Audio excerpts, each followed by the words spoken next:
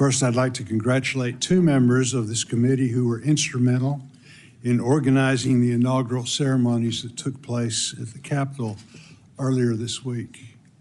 Senator Klobuchar and Senator Fisher, respectively, the chairwoman and ranking member of the Senate Rules Committee in the last Congress. For more than a year, the Joint Congressional Committee on Inaugural Ceremonies, led by Senator Klobuchar, put tremendous effort into planning, organizing a traditional ceremony on the west front of the Capitol.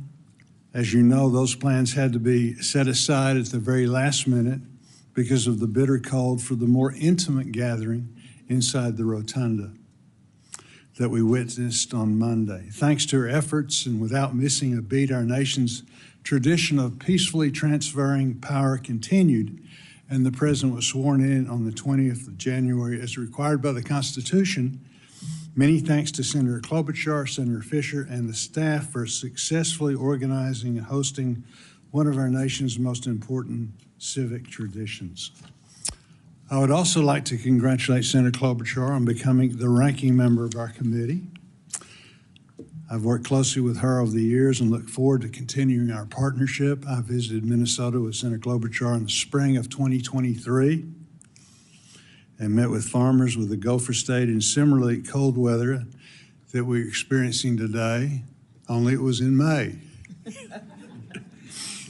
I greatly enjoyed the opportunity to hear those farm families. I look forward to hosting her in Arkansas in the not too distant future. I would like to welcome the committee's members. For those returning, thank you for your continuing service. For our four new members, Senator Slotkin, Schiff, Moran, and Justice, thank you for choosing to serve on the committee. I look forward to working with you and learning more about what is important to you and your states. Our committee, established in 1825, is one of the oldest in the Senate. Our hearing room, which we will use in the future, is unique in that we don't have a dais but a table. We sit across from each other, not away from each other, symbolic and practical.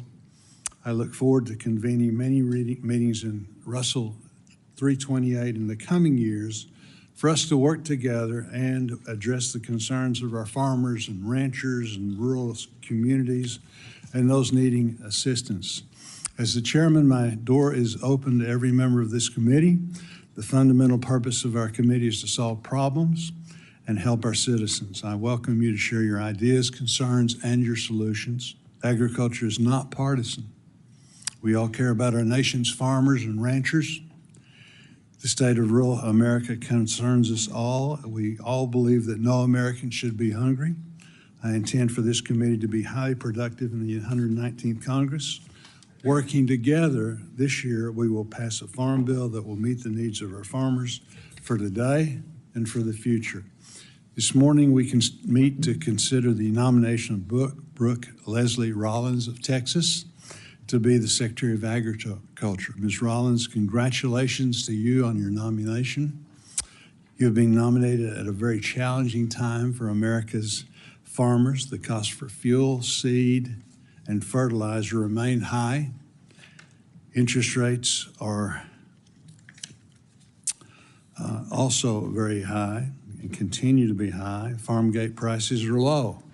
Farmers everywhere are losing money on every acre they cultivate, while farmers in certain parts of the country are losing hundreds of dollars per acre. Thankfully, Congress responded at the end of last year and provided a bridge to help ensure producers could plant again this year. Delivering this economic assistance to our farmers will be one of the major tasks you will be faced as Secretary. But as I mentioned, this was only a bridge. It was necessary because the safety net our producers have counted on in the past no longer works. I look forward to working with my colleagues in this room, across the Senate, and with you to help create a farm bill that meets the realities of modern-day agriculture. Beyond the economic strains our farmers and ranchers feel, I believe our producers want an improved relationship with USDA. They want to know USDA has their back and is helping them with the tools and support needed to successfully and profitably farm and ranch, rather than coercing them into production practices that don't work for their operations. They want new markets and new opportunities to sell what they produce. They want conservation programs to help with the issues they are facing on their farms. They want rural communities to have the infrastructure and the resources for a high quality of life. USDA, with the right leadership, can do all of these things. Beyond agriculture production, USDA is a land manager, research institution, food regulator, protector of animal health, and rural lender. There is very little USDA doesn't touch or have an impact on. All of these resources and abilities can be used to improve the quality of life, not only in rural America, but all of America.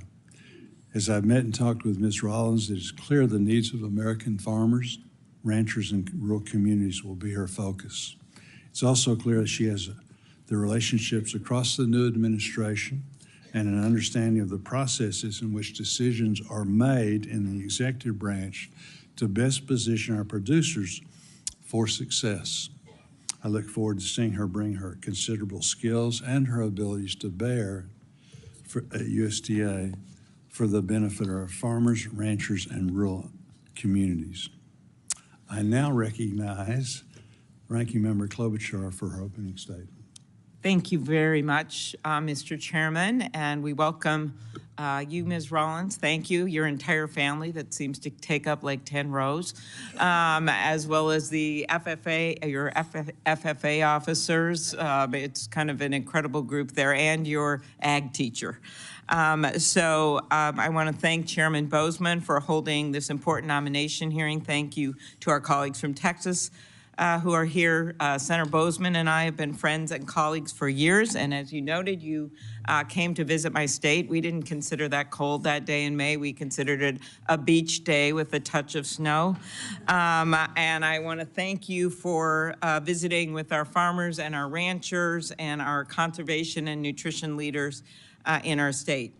I also look forward to working with you to be a voice for rural America. All of our colleagues on this committee are incredible voices for rural America. I'm really excited. I've told our Democratic leaders on this committee how excited I am about the people that are on this committee, and I believe we're going to work really well together. I want to mention our friend and colleague, Senator Stabenow, for her 14 years of leadership of this committee. She's now retired from this committee, but whether it was passing farm bills, standing up for our conservation programs, or making sure there was food on the table, she was always at the forefront of the fight. I'd like to thank all of our returning members, as well as the new senators on the committee that Senator Bozeman mentioned, Senator Schiff and Senator Slotkin. They've been already really strong participants in all of these discussions we've been having, and Senator Moran, as well as Senator Justice. Thank you. We're looking forward to continuing the strong tradition of bipartisanship. Ms. Rollins, again, thank you for being here. I enjoyed our previous discussions, and I look forward to the hearing today and hearing from you about your plans for the future. I know you and your family. I just talked to your mom about it. Have had a farm in Minnesota for years, and I hope you will be visiting our state again soon. As you know, the Secretary of Agriculture is a voice for rural America within the President's cabinet. If rural America is going to prosper, it will be important to have a secretary who will address the challenges facing farmers and rural families, who sees the importance of nutrition and conservation, and who will work with us on a strong bipartisan farm bill. We on this committee have made progress on so many fronts, from strengthening crop insurance to improving voluntary conservation programs to the good work we have done on biofuels across the aisle. But there are still numerous challenges facing America: avian flu, struggling dairy producers, flooding, droughts, wildfires, as Senator Schiff well knows, scarcity at food shelves, and the lack of housing, childcare, and healthcare facilities in rural America. As we discussed, I have concerns about some of the proposed policies from the administration, and while I have always supported targeted tariffs, I'm concerned that major across-the-board tariff increases could hurt rural America. I hope that if confirmed, that Ms. Rollins will make the case for sensible trade policy that will work for our farmers in rural America. We also need leaders of the USDA that believe in science and research, which is so critical right now. I know many of our members will be asking on that front. As a ranking member of this committee, I'm committed to doing what's right for rural America, which means finding common ground when we can, but standing our ground where we must. In Minnesota, our prosperity depends on the strength and vitality of our rural communities. Farmers and livestock producers need access to safety net programs, which with weather conditions threatening all the time, input costs and the like. And rural businesses can't spur innovation and create jobs without an available workforce, which I think is going to be an issue we'll be confronting this year, as well as childcare, healthcare, housing, and broadband. I know this is true not just for me, but for all members of this committee. And I look forward to the hearing today and to learning more about, Ms. Rollins, your plans for the Department of Agriculture. Thank you very much, and thank you to our colleagues. Today, we have been joined by our colleagues from Texas to introduce our nominee. Thank you all for being here. Senator Cornyn, will you please proceed? Thank you, Chairman Bozeman and Ranking Member Klobuchar, members of the Agriculture Committee. I'm delighted to be here along with my colleague, Senator Cruz, to introduce our friend, Brooke Rollins, to be the next Secretary of the U.S. Department of Agriculture. This one is a no-brainer. Everybody who knows Brooke Rollins loves Brooke Rollins, and you will too once you get to know her. I first met Brooke years ago when serving in state government in Texas, but it was when she was the policy director for then Governor Rick Perry that I began to see what a truly dedicated public servant she was and still is. Since this time, as you know, from reading her resume, you know she's had quite an impressive career, and so I'm delighted to be here today to help introduce her. She was born and raised, as was pointed out, in Glen Rose, Texas.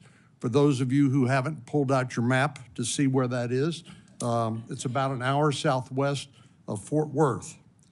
And so she brings firsthand experience of the often difficult realities of farm life into the Department of Agriculture. She graduated from Texas A&M School of Agriculture, Leadership, Education, and Communications. I thought I heard a whoop somewhere.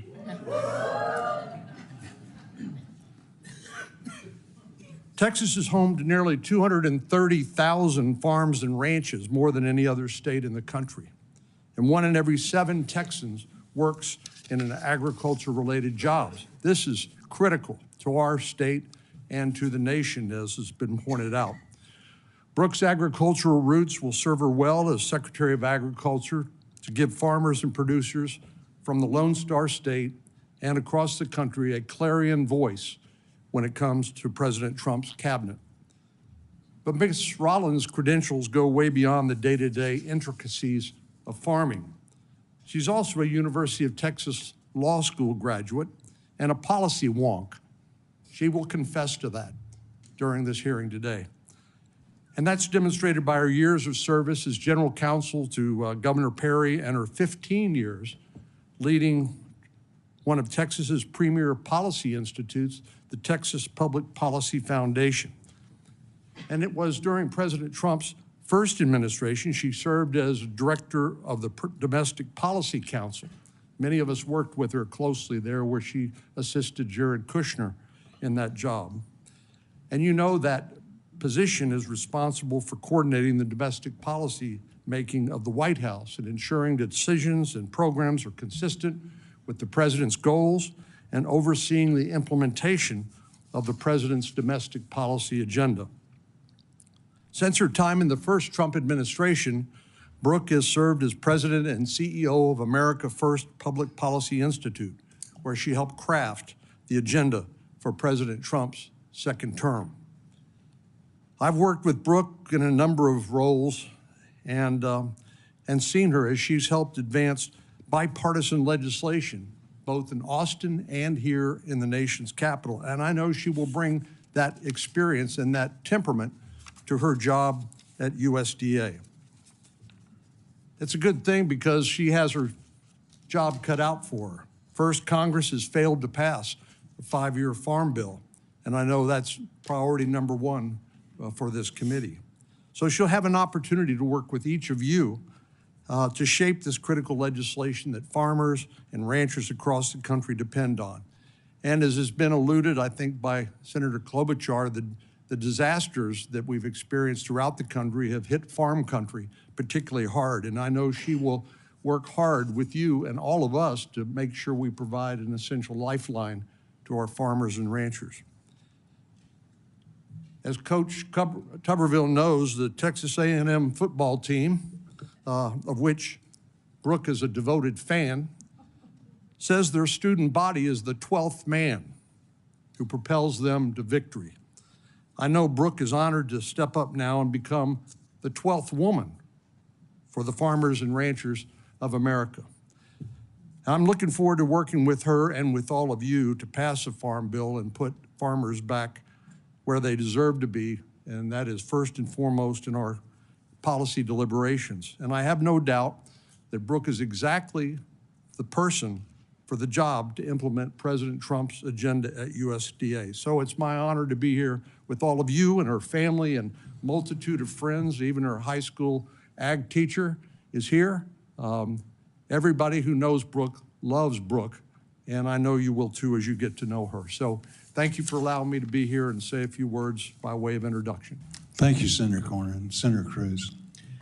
Thank you, Chairman Bozeman. Thank you, Ranking Member Klobuchar, members of the committee.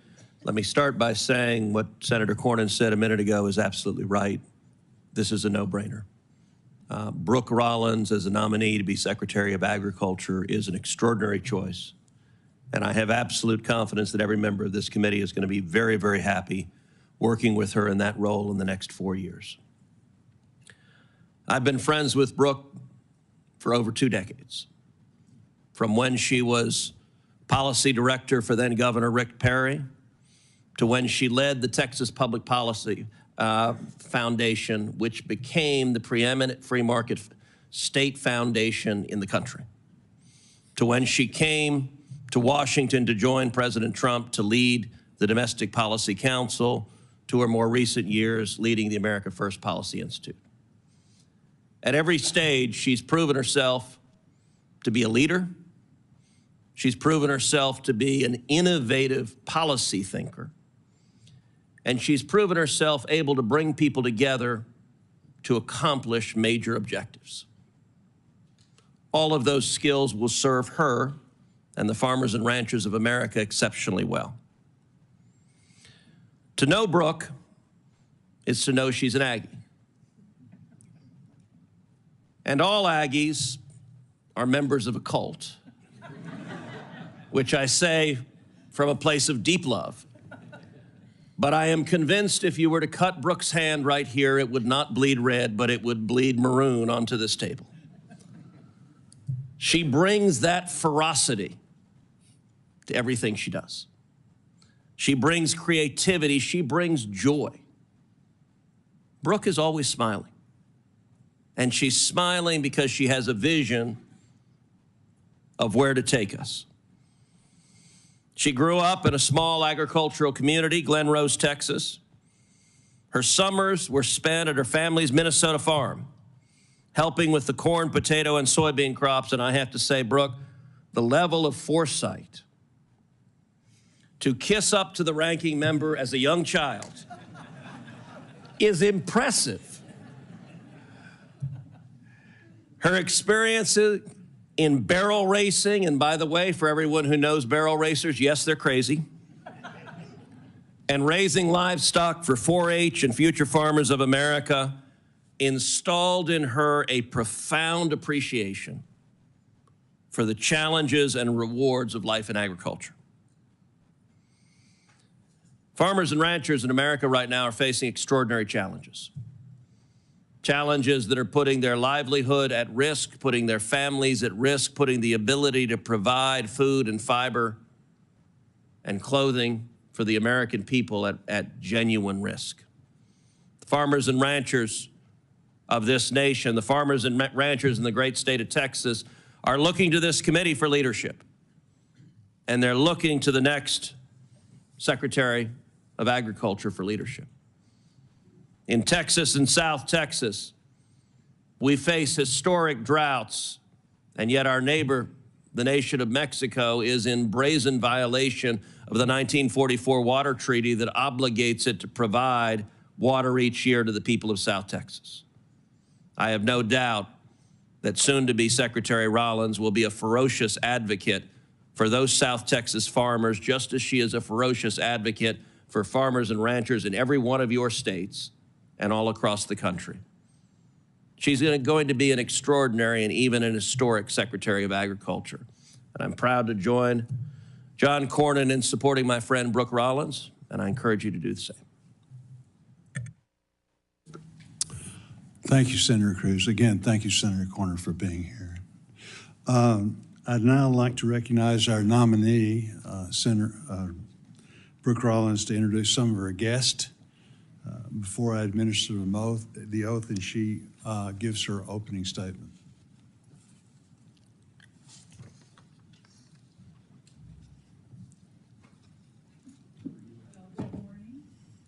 Good morning, everyone. What a joy to be here, and wow, a little surreal and slightly overwhelming. The two gentlemen that were sitting up here, whom I've known, as they mentioned, for a long time. So I want to thank them. A few guests, and I appreciate Senator Bozeman the opportunity to introduce them. My awesome mom right here, whose new issue that all of you know, the oldest freshman legislator in Texas history, Helen Kerwin, raised my sisters and me by herself in that small town, and PFAS is her big issue. So I know a lot of you are certainly concerned with that. My incredible husband, Mark Rollins, we met the first week of our freshman year at Texas A&M, Senator Tuberville, in 1990, 35 years ago, and our four incredible children, Luke, Jake, Anna, and Lily, are here with me. Luke is the oldest. Luke, raise your hand. Listen to your mother. Very good. He is a sophomore at Texas A&M University in the Corps of Cadets, and in fact, left College Station at 1:30 last night, 1:30 a.m. to drive all night, catch a flight in Dallas, and be here this morning. So especially grateful to him and my other incredible children. Even though they're all teenagers, Luke's 20, it has been the joy and most important part of my life being their mom. So what a joy to have them. My sister, Ann Blunser, my sister, Helen Hubert, Eliza, my niece, they're all here. My sister-in-law and brother-in-law, Tim and Elizabeth Yagi. My incredible ag teacher, who I would like to stand up. This is Mr. Gary Rosenbush, who put up with a lot from this FFA'er. I've often said that the Future Farmers of America changed my life and put me on a course that, frankly, leads me to today. So Mr. Rosenbush was a big part of that.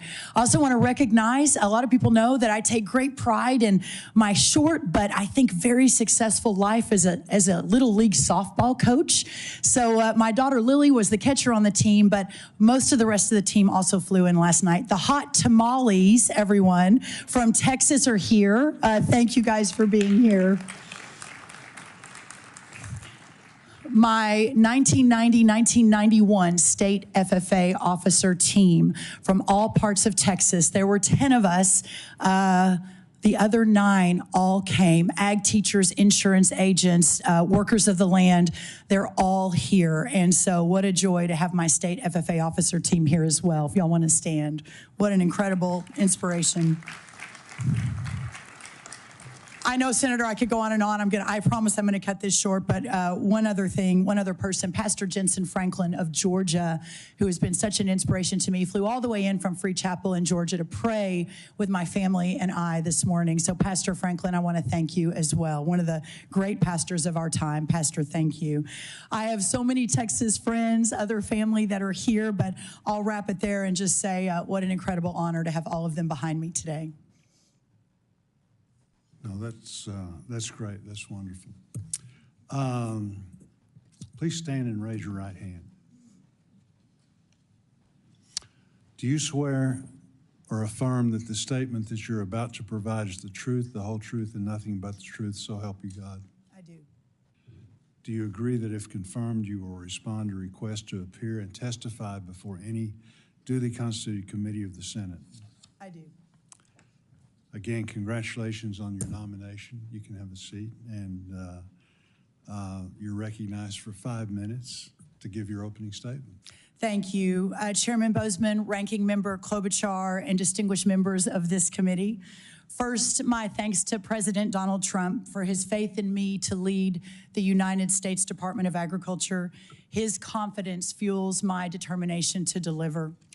I also want to thank my dear friends and fellow Texans, Senator John Cornyn and Senator Ted Cruz, so graciously introducing me to this committee. I also obviously want to extend my sincere thanks to all of you, the United States Senate Committee on Agriculture, Nutrition, and Forestry, for your careful consideration of my nomination, and understand, and perhaps most importantly, I want to thank and so overwhelmed at the honor to potentially serve the men and women who daily, without pause or complaint, provide our great nation and the world with the best food, fiber, and fuel. Throughout the past several weeks, I have met or spoken with every Republican and Democrat senator on this committee, and I appreciate your insights, your concerns, and your very wise counsel. It is clear we all agree that farmers and ranchers are the cornerstone of our nation's communities, and I commit to you today that if confirmed, I will do everything in my ability to make sure our farmers, ranchers, and rural communities thrive. I also want to thank the many senators and representatives on Capitol Hill with whom I've had the incredible opportunity to work with these last 2 decades during my career in public policy. In my time first with Governor Rick Perry, then leading the Texas Public Policy Foundation, in my various roles in the Trump administration, the first one, and since 2021 in my role founding and leading the America First Policy Institute. Each of you cares deeply about the American people whom we all serve, and I promise my work will reflect that commitment. Growing up in the small ag town of Glen Rose, Texas, y'all have heard this, population then 1,200 people, is where my story begins. Then my world revolved around the future farmers of America, 4-H, and the endless cycle of baling hay, livestock shows, and rodeos that still today constitute the calendar of our small corner of Texas. That experience sent me to Texas A&M on an agriculture scholarship, where I studied and majored in ag leadership and development, then on to the University of Texas Law School, where I graduated with honors and performed a federal judicial clerkship. And then, of course, to helm the policy shop of Texas Governor Rick Perry. It was there that I had my first direct leadership role in big state ag policy. I had been in office serving Governor Rick Perry for 2+ years when I received a call. A small think tank of 2 or 3 staffers in San Antonio asked if I would be interested in being their new leader. And I answered that call as well, thinking as that my husband and I built our family, that would be helpful and a good potential opportunity to be a great mom, but also continue the fight for Texas. At TPPF, over the next 15 years, we fundamentally redefined the mission of a think tank from just having ideas or writing about them in white papers to actually effectually changing policy for the people of our state. We engaged strongly during those 15 years with Texas rural and small town communities, giving them a voice in government that was too often denied. In short, we changed the game in Texas. Changing the game is exactly why I accepted the invitation to join President Trump's first administration at the beginning of 2018. Everything that we had sought to do in Texas those last decades to make policy for real change, for real Texans, was being done in the first Trump administration, and I was so honored and excited to be part of it. I joined first the White House Office of American Innovation as its leader. I then soon became the assistant to the president in addition on strategic initiatives, and eventually added the role of the director of the Domestic Policy Council. In January 2021, exactly 4 years ago, we understood that President Trump's second term agenda would be delayed, so I had the privilege and the idea of establishing yet another institution of policy leadership, and the America First Policy Institute was born. I currently serve as the president and CEO there. Thanks to President Trump and to all of you, I hope to have the opportunity to bring that level of passion and commitment to the USDA. I need not tell you, of all people, that this is surpassingly important, because agriculture is surpassingly important to us as a nation. All Americans are important, but the farmer, the worker of the land who feeds all the others, is amongst the most notable. Thomas Jefferson wrote that agriculture is our wisest pursuit because it will, excuse me, I don't want to get Thomas Jefferson's quote wrong. Can't misquote Thomas Jefferson, because it will, in the end, contribute most to real wealth, good morals, and happiness. And his wisdom holds true today. I fully recognize that if I am confirmed, I am stepping into the role during one of the most economically challenging times in American agriculture history. With that in mind, I want to share with you as I close my top priorities for day one, and then perhaps a longer-term priority. First, we must ensure that the disaster and economic assistance authorized by Congress is deployed as quickly and as efficiently as possible. Second, we must work with the great men and women of USDA, the stakeholder communities, and state leaders, my deep background in state policy, to immediately and comprehensively get a handle on the state of animal disease outbreaks. Third, we must immediately begin to modernize, realign, rethink the United States Department of Agriculture, responding to the clear needs and the desires of the American people as set forth so well by the President of the United States over this last historic week. And finally, and longer term, we understand that serving all American agriculture and all the American people means ensuring that our rural communities are equipped and supported to prosper, not just today, but tomorrow and the day after that and the many tomorrows to come. This includes exploring improvements to our rural development programs, demanding strong and steady domestic and export markets for our beautiful agriculture bounty, eliminating burdensome and costly regulations that hamper innovation, ensuring our nutrition programs are effective and efficient, and putting in the work to make sure we have a healthy and prepared next generation of farmers, ranchers, entrepreneurs, innovators, and indeed all Americans. This is what we need for the next century of American greatness. These are just four of my top priorities. Beyond these, I am dedicated and committed to providing all of you with the timely technical assistance that we will need to ensure that we have a farm bill that moves forward. My aim, after all, is the same as yours, the same that brought you to the Senate, the same that brought Donald J. Trump to the presidency again, and that is to serve the people in this great country. Thank you, Senator, and thank you, Ranking Member Klobuchar. Thank you, and for your opening statement. As is customary, my colleagues and I would like to ask you some questions. Each senator will have 7 minutes to ask questions during this first round. If we need an additional round, that will be 5 minutes. Before I ask my questions, I'd like to add a number of letters in support of Ms. Rollins' nomination into the record. In particular, I would like to highlight one letter signed by the Farm Bureau, the Farmers Union, the National Council of Farmers Cooperatives, and more than 400 other agricultural organizations supporting Ms. Rollins' nomination. Without objection, so ordered.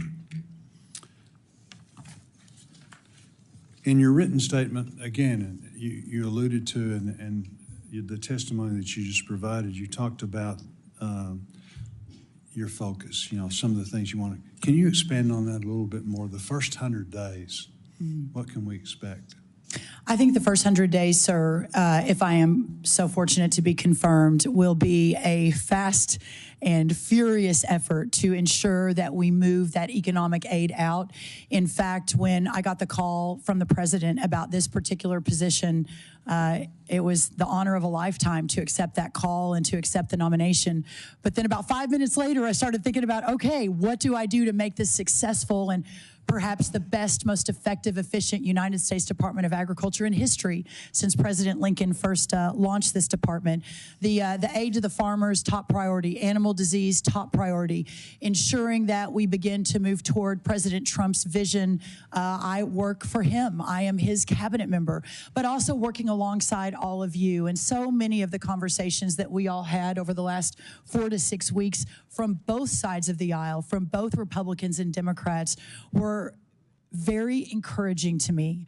I believe that there is an opportunity, while there will be moments of disagreement, I have no doubt, that there will also be many, many moments of agreement.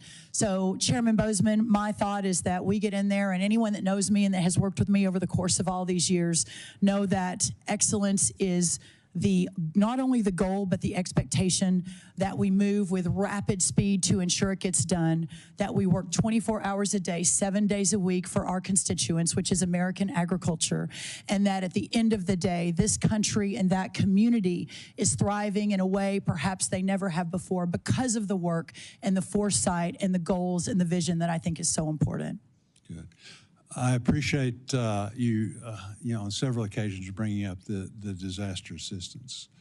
This committee worked in a very bipartisan way to get that done. It was a big effort, and it took a lot of work. And again, we were able to get that done in a very bipartisan way. But that's what we've heard about, from our farmers now is thank you for doing it, but we desperately need it so that we can talk to our bankers and try and figure things out from this last year where most farmers lost a lot of money, their path forward. So again, that I think is music to all of our ears.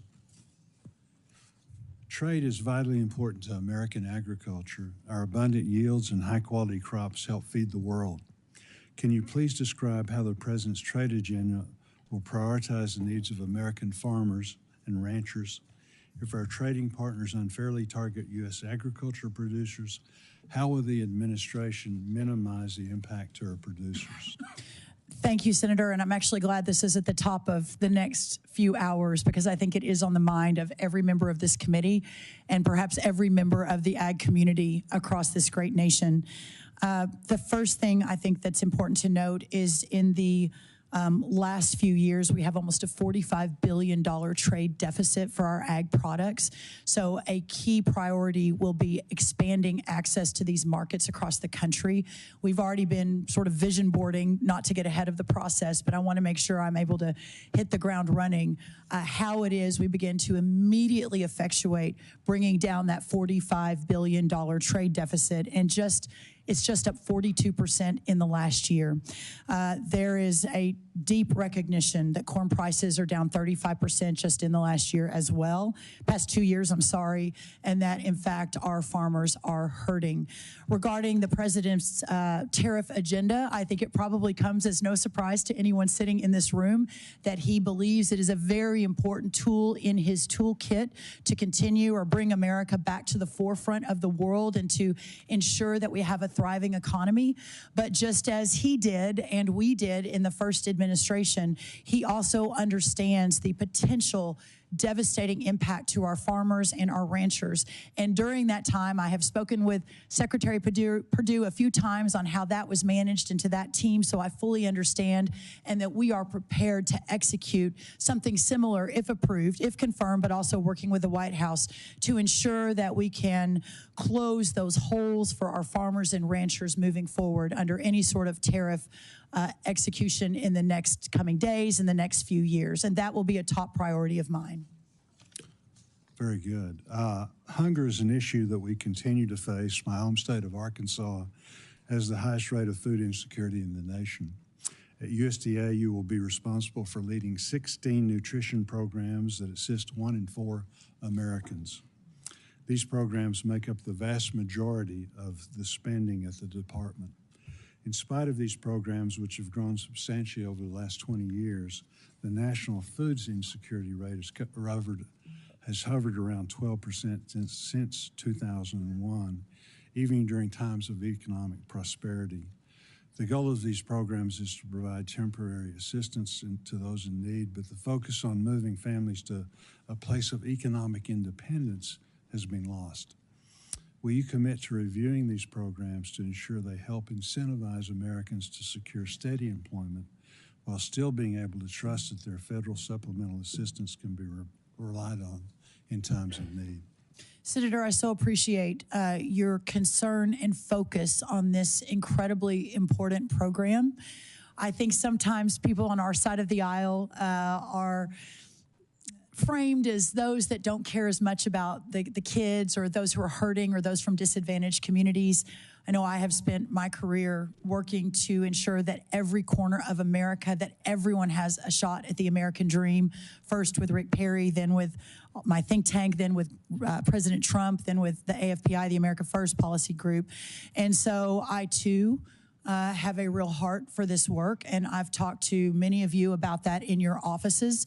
That's perhaps driven by being raised in a small town by a single mom, and we didn't have much. Now, we never participated in the nutrition program, but I am fully aware and have a heart for this work and for this community that is easy to make the commitment to ensure that we are doing everything we can, that this supplemental program continues on a course of being effective and efficient. Having said that, it's also imperative to us that every taxpayer dollar that is spent in support of these programs, we fully understand that it is reaching its intended recipient, that recipient is able to use it effectively and efficiently for true nutrition reasons, that we have a real health issue in this country. You all know this. I think 4 out of 5 children are facing obesity or close to it. The level of diabetes and chronic diseases continue to rise. So we together, and myself, if so fortunate to be confirmed, will have a major role in all of the above, ensuring that these programs are serving those who need them and doing it effectively, but also ensuring that the taxpayers are being well served, that the dollar that we take from, my electrician in Fort Worth who has his own small business and then sending it to a family in need, that dollar is being used in the best and most effective way. So that is certainly my commitment to you, Chairman. Thank you. Senator Klobuchar. Thank you very much, Mr. Chairman. Again, welcome, Ms. Rollins. As we both noted, the chairman and I, this committee has worked together, and all the members know this, on a bipartisan way to pass farm bills in the past, improve the farm safety net, stand up for conservation, nutrition, food security. Will you be a force for working with both sides of the aisle?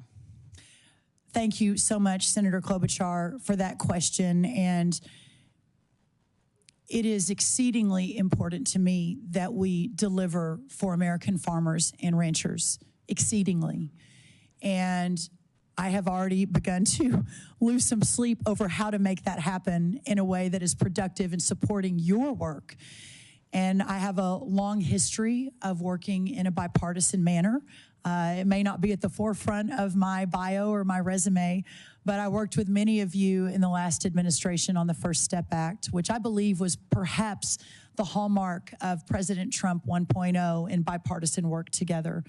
I sat in an office for many hours with Senator Durbin, Senator Grassley, Senator Booker, Senator Scott, and many others from both sides as we hammered out how to solve the criminal justice challenges that our Bureau of Prisons is facing. And I hope to bring that same skill set and perhaps knowledge base and relationships to this effort as well. Thank you. I appreciated you mentioned animal disease as one of your lead priorities, as well as the disaster economic assistance. As you know, and you and I discussed this, since 2022, the most recent outbreak of avian flu has devastated poultry producers, spread to dairy cattle, resulted in at least 1 death. But we're starting to see increases in certain prices attributed to that. If confirmed, how will you ensure that farmers have the resources they need to combat the spread of this virus? What is your plan? There is no doubt that what the community in whom we all work for, that community, not just America, but the entire world relies on for an abundant, safe, and secure food supply. And just learning of the devastation in Georgia, just over the last few weeks with the poultry outbreak and the the depopulation there of our poultry. Of course, to your point about dairy, it's been infecting some of the dairy herds, I believe, across 16 states. There is a lot that I have to learn on this, and if confirmed, this will be, as I mentioned in my opening statement, one of the very top priorities. We are hyper-focused on finding the team right now. I'm sure they're already working. I have obviously respected the process and not gotten too involved. But I know that the current team and the future team will be working hand in hand to do everything we can on animal disease. And Senator, if I may add one more thing, my deep background working in state policy included working very closely with governor's offices and ag commissioners across this great country. In fact, in the last White House, I sort of took it upon myself, which is where I met a few of our governors who are now here, to work closely and in concert and aligned with both Republican and Democrat leaders from the states. I really appreciate that. We have 7 minutes, so I'm going to go a little quicker Yes, here. ma'am. I will note that just yesterday, the administration announced they will halt external public health communications from the CDC on these avian flu animal diseases. And these important announcements have helped keep producers up to date with the latest information on disease spread, health of workers. And while I know that wasn't under the USDA, I just urge you to talk to them about that. We're concerned. Biofuels, and I appreciated our discussion on that. While you served as the CEO of the Texas Public Policy Foundation, your organization was often critical on biofuels, including ethanol. And as you know, we have worked really hard to make this so we don't just have one fuel, that we have options here, including with Senator Ernst and Senator Fisher and Senator Grassley, Senator Thune, many others. What role do you believe biofuels play in our domestic energy production? How will you continue to promote the production of these fuels as Secretary? Thank you, and I appreciate you bringing that up. It's my understanding that those reports were written over a decade ago. I haven't seen anything more recent. Texas Public Policy Foundation puts out almost 900 to 1,000 pieces of content a year. I did not author that specific piece, but to be clear, there's no doubt, coming from Texas, I was a massive defender of fossil fuels and the importance of fossil fuels in the energy independence and energy dominance narrative. Clearly, I've spoken with so many of you on both sides of the aisle on this issue. I will be a secretary for all agriculture. It is really important to me that we continue to defend and elevate and honor all sources of fuel. My former boss and current boss in his current energy dominance plan included biofuels as an important piece of his agenda. So I really look forward to continuing that. And I know your family, based on the forms, I appreciate you getting us those forms, that your family has significant financial interest in the oil industry. Will these interests motivate decisions you make at the department, especially when they impact your family's financial holdings? Senator, I can promise you this, and I know you and I have met a few times through the years. I've had more in-depth discussions, but not as many as I would like, hopefully a lot more in the future. But I can promise you this, anyone that has ever worked with me will tell you, even to the detriment of organizations I have run, detriment financially to my potential family, that I have never, not ever made a decision based on financial interest, ever. And that certainly will not begin now. Thank you. You discussed briefly with Senator Bozeman the export markets. I also appreciated you mentioned that in your long-term focus on exports. And as you know, during the first Trump administration, we heard resounding calls from farmers that they want trade, not aid. Those are exact words I'm remembering. They want to grow their market and not just get government payment. We've worked hard on this committee to help farmers build markets here and abroad. Senator Hoeven and I have set up a rural export center, in fact. And Ms. Rollins, how would you work with President Trump, the Office of the U.S. Trade Rep, and others within the administration to ensure that they understand the effects of potential retaliatory tariffs on American farmers? And how will you help them manage this risk? And beyond just getting extra payments to make up for it, will you be a voice to make sure people understand the importance of exports for rural America? And it's not just farming, it's also manufacturing and the like. No, that's correct. The I believe, extraordinary value that I potentially bring to this table as having served in the last White House for 3 years, right alongside President Trump. I believe I may be the most well-versed in how the interagency process works, of all the cabinet, of how the interagency process works, of how the discussions are handled, of what the Oval Office meetings look like, and how to ensure that at every corner that my team, that our community, that what we all represent together is at the table fighting for what we believe is necessary for these communities. Okay, thank you. And I have some important questions for the second round here on conservation and nutrition, and I know my colleagues will be asking them as well. Thank you. Thank you. Senator McConnell. Thank you, Mr. Chairman. Congratulations on your nomination. I appreciate you coming by the office. I had a chance to tell you then that Kentucky agriculture is a little different. We have 75,000 farms, but most of them are small. We're also the #1 beef cattle state east of the Mississippi. People don't generally associate Kentucky with that. I want to echo what others here have said about trade. I went over to the trade representative on the floor of the House. We were there for the big speech and introduced myself, and I said, "Do you have anything to do?" And she basically didn't have an answer. It seems to me that trade has sort of become a word for a lot of Americans that implies exportation of jobs. In Kentucky, we think of trade as exportation of products, and it's an extremely important part of what we do. I think both of the candidates in the last election sort of shied away from this issue. As others have said, give us some hope that maybe we can get back in the trade business. We would need Trade Promotion Authority, which we currently don't have. But I'd be interested in your thoughts further about this. Yeah, thank you, Senator McConnell. And it was an honor to be in your office, talk a little bit about Kentucky bourbon and a few other important things.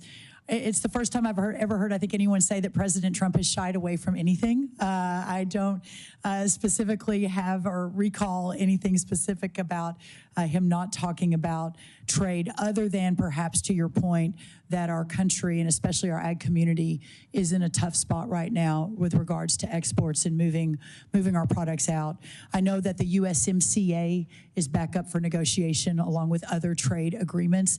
And here's what I am very encouraged about, Senator, and I hope it perhaps gives you some encouragement as well. In my now almost 9 years, maybe 8 years with President Trump, at the end of the day, we all know him to be the consummate deal maker. And I believe that that skill and that intense focus on making deals for his people, not only for America, but for the ag community that supported him at 90% since really the very, very beginning. I think 338 counties out of 344 agriculture counties voted for him.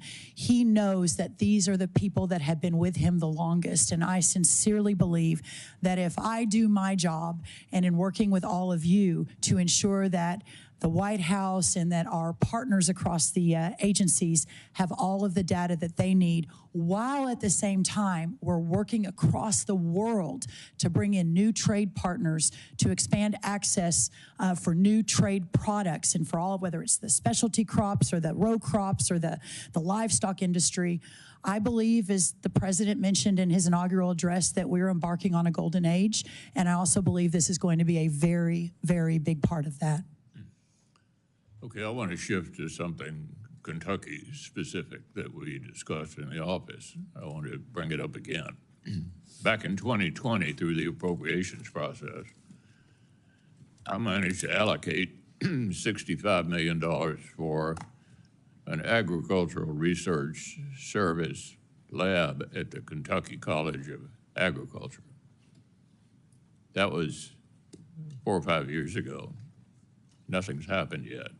So what did happen? Well, there were a number of different regulatory tripwires that got injected into the process.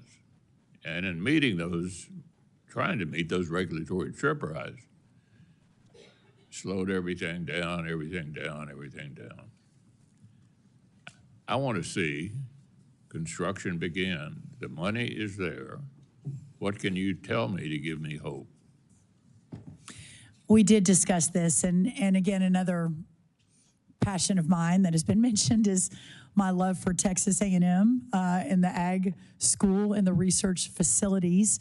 I am really excited to get knee deep, waist deep, neck deep in these facilities across the country. And I know we also had discussions with some of the other senators on this committee that they have some similar concerns with some different facilities that they would like to see move a lot more quickly.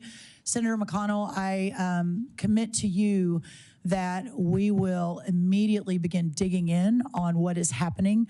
A big part of my portfolio in the last administration was the president's deregulation agenda and understanding how certain regulations and rules hampered important projects from moving forward and opening up markets, et cetera.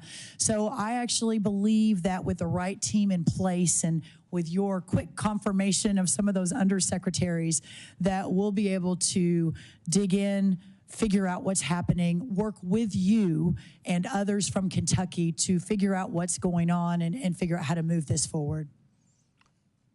Finally, I would just say the previous administration was big on regulations across the board. I think they all ought to be looked at in terms of the impact on the economy, and I think that's what the new administration intends to do. Thank you. Thank you, Senator. I agree with that and look forward to working with you and others on that. Senator Bennett. Thank you, Mr. Chairman, and I want to thank you and the ranking member for your opening statements, both of you. Together, I think, capture the spirit of what this committee is supposed to be about in a Congress where we have not worked well together, and I just want to say how much I appreciate your leadership today, so the two of you, and thanks also for mentioning Chairman Stabenow, who did a great job here for a long period of time. Mrs. Rollins, congratulations to you. You mentioned in your answer just now to Senator McConnell, this was actually not a question that I was going to ask, but since you mentioned him, you said we all recognize agriculture is in a tough place when it comes to exports. We do all recognize that. Could you elaborate more on that? We'd love to hear your perspective on the hole that many of us feel that we're in right now as we get ready to think about what the trade policies are going to be of this administration and of the country. Thank you, Senator Bennett, of course, and loved our conversation about your beautiful Colorado. Thank you. Come back anytime, or come anytime. I would welcome that. We do spend some time there in the summers, as good Texans do, getting out of the heat, but I'll look forward to seeing you next time. In the last handful of years, we've gone from not having a trade deficit in our agricultural communities to having a $45 billion trade deficit. Of course, that has led to many challenges, including food inflation. And I know when I've heard President Trump talk about his priorities, the first is the border, which I'm guessing we'll get into at some point. But second was food inflation. And so there are many tools in our toolkit, both through USDA and expanding markets, which are all intertwined, to begin immediately to work to bring that deficit down and hopefully soon get it to zero. My commitment is I would say, yes, sir. That deficit we know is being caused by a strong dollar. It's being caused by competition from Brazil. It's being caused by limitations on our beef supply. It's being caused by prices that are going up. I mean, these are. I don't think these particularly are failures in trade policy. It's making it harder for us to export, which is what Senator McConnell's concern was, which I share. And I think that all of us understand, and actually, I will say, there are many ways in which I'm sympathetic to some of the trade policies that President Trump is trying to advocate for, but agriculture is already in a tough spot for those reasons, I think, largely, and we don't want it to be in a tougher spot as a result of what happens here. And I think, you know, when you were in my office, you talked a little bit, and this is going to be the easiest question that you get, but I hope you only take 15 seconds to answer so I can go on to the next stuff. Yes, sir. Which is, you know, what is your responsibility as the Secretary of Agriculture to go into the Oval Office and say you haven't thought through the unintended consequences that are going to flow to American agriculture if you pursue these trade policies? Senator, in 15 seconds, my role is to defend, to honor, to elevate our entire agriculture community in the Oval Office, around the table, through the interagency process, and to ensure that every decision that is made in the coming 4 years has that front of mind as those decisions are being made. Okay, and I agree also with what Senator Klobuchar said, is that what we've heard from our farmers and ranchers over and over again is they want to be able to do the work. They want to be able to export. They don't want to Right. solve this problem by getting, you know, aid to make up for what they should have been able to send to Asia and other kinds of places. The only growth that my farmers and ranchers can see in the foreseeable future, which is to say their lifetimes, is by growing our exports of agriculture. So I appreciate your understanding that, and we're counting on you, if you're in this job, to be that advocate.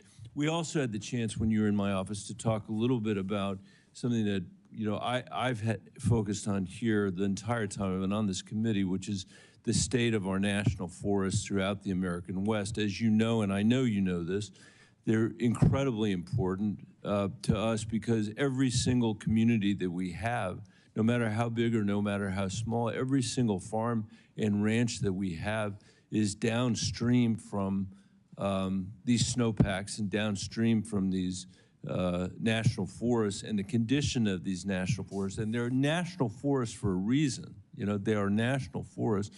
The condition is just untenable and dangerous. You know, I've told Chuck Schumer, he doesn't necessarily agree with me, but I've told him over and over again that these forests are more important infrastructure from our perspective than the Lincoln Tunnel is to New York. If the Lincoln Tunnel is closed, there are other things you can do. He may not agree with that. But if we lose our water, we lose everything in the West. Right. And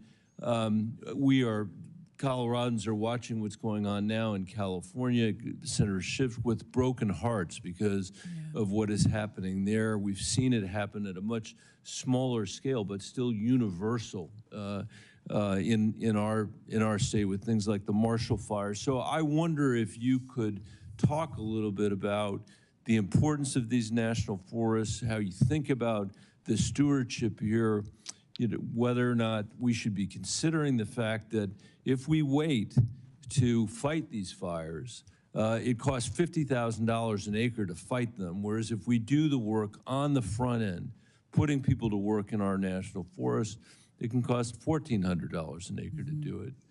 I'd love to hear your perspective on that. Senator, I am so glad you brought this up, and I believe, and Senator Schiff and I spoke about this obviously in his office a week or two ago, as they were facing unimaginable experience in California, and I am really excited to tackle this problem. I don't pretend to even know the beginnings of it. I've just started studying it. But it seems to me, and after speaking with you and others on the committee and beginning to learn, first of all, I think we have a great undersecretary identified and announced. The quicker we can get him confirmed, the quicker we can really begin this hard work ahead. And my husband's family owns a little cabin right on the edge of a national forest in Gunnison, Colorado. So I too have spent about the last 25 years enjoying the national forests and the extraordinary beauty that they bring to our people. But the water is a massive issue, and you and I talked about that. 40 million people depend on the water that is under your land in Colorado. And I do believe, and maybe people call me a pathological optimist, but maybe the pathological optimist in me sincerely believes that we can fix this, and we can fix it fairly quickly with the right team in place and working with all of you who have watched it, been frustrated by it, and want an answer.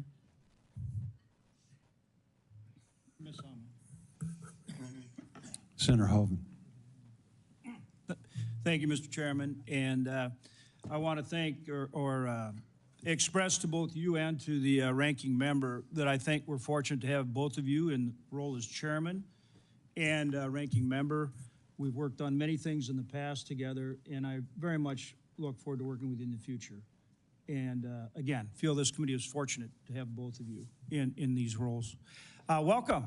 Thank you. Ms. Rollins, good to see you again. Thanks for coming to visit at the office. You have an awesome family. The best, the best. Yeah, so thanks, of course, for your husband being here and your kids. And of course, no one will ever love you the way your mom does. That's so pretty true. awesome having mom. She's missing an important vote in Texas today to be here to sit behind me. So really grateful, really grateful. No, it's great. And you have a fantastic family. And we mentioned all this talk about A&M. Did I tell you when we talked that my wife went to UT? I don't know if I did or not. We did, and I had my sincerest condolences. Yeah, but, yeah. So that's kind of fun. And I'm wearing my North Dakota State University tie today, home of the mighty Bison. I know we talked about them, but we do have an incredible school of agriculture at North Dakota State University. Yes, you do. We're doing some awesome things. We have a project called Grand Farm. Sonny Perdue came out and actually cut the ribbon on it. And we have a partnership between ARS, NDSU, and Grand Farm on precision agriculture that's incredible. And so I'm going to invite you to come out to our state right away and see what we're doing. Would you commit to coming out and seeing what we have and meeting our folks? I would love to come visit, and I have said, I think it's actually been reported in the press that if you can get me on a horse, I'd love to ride a horse, as we're all working on all of these issues across the states, and really look forward to that. Only if you ride with me, though, absolutely. Senator Hovind. No, okay. we will absolutely ride. One of my sisters raced barrels. My job was just to get the horses in the trailer, which is, sometimes easy. Harder than racing barrels. Sometimes yes. easy, sometimes not, depending on the horse.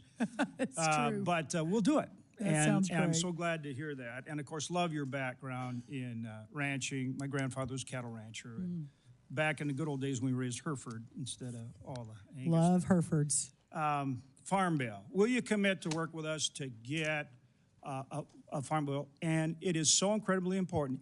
In agriculture, as you know, we have a system of family-based farmers and ranchers across this country. 16 million people involved in agriculture in some way, shape, or form, versus look at all these other industries that are concentrated.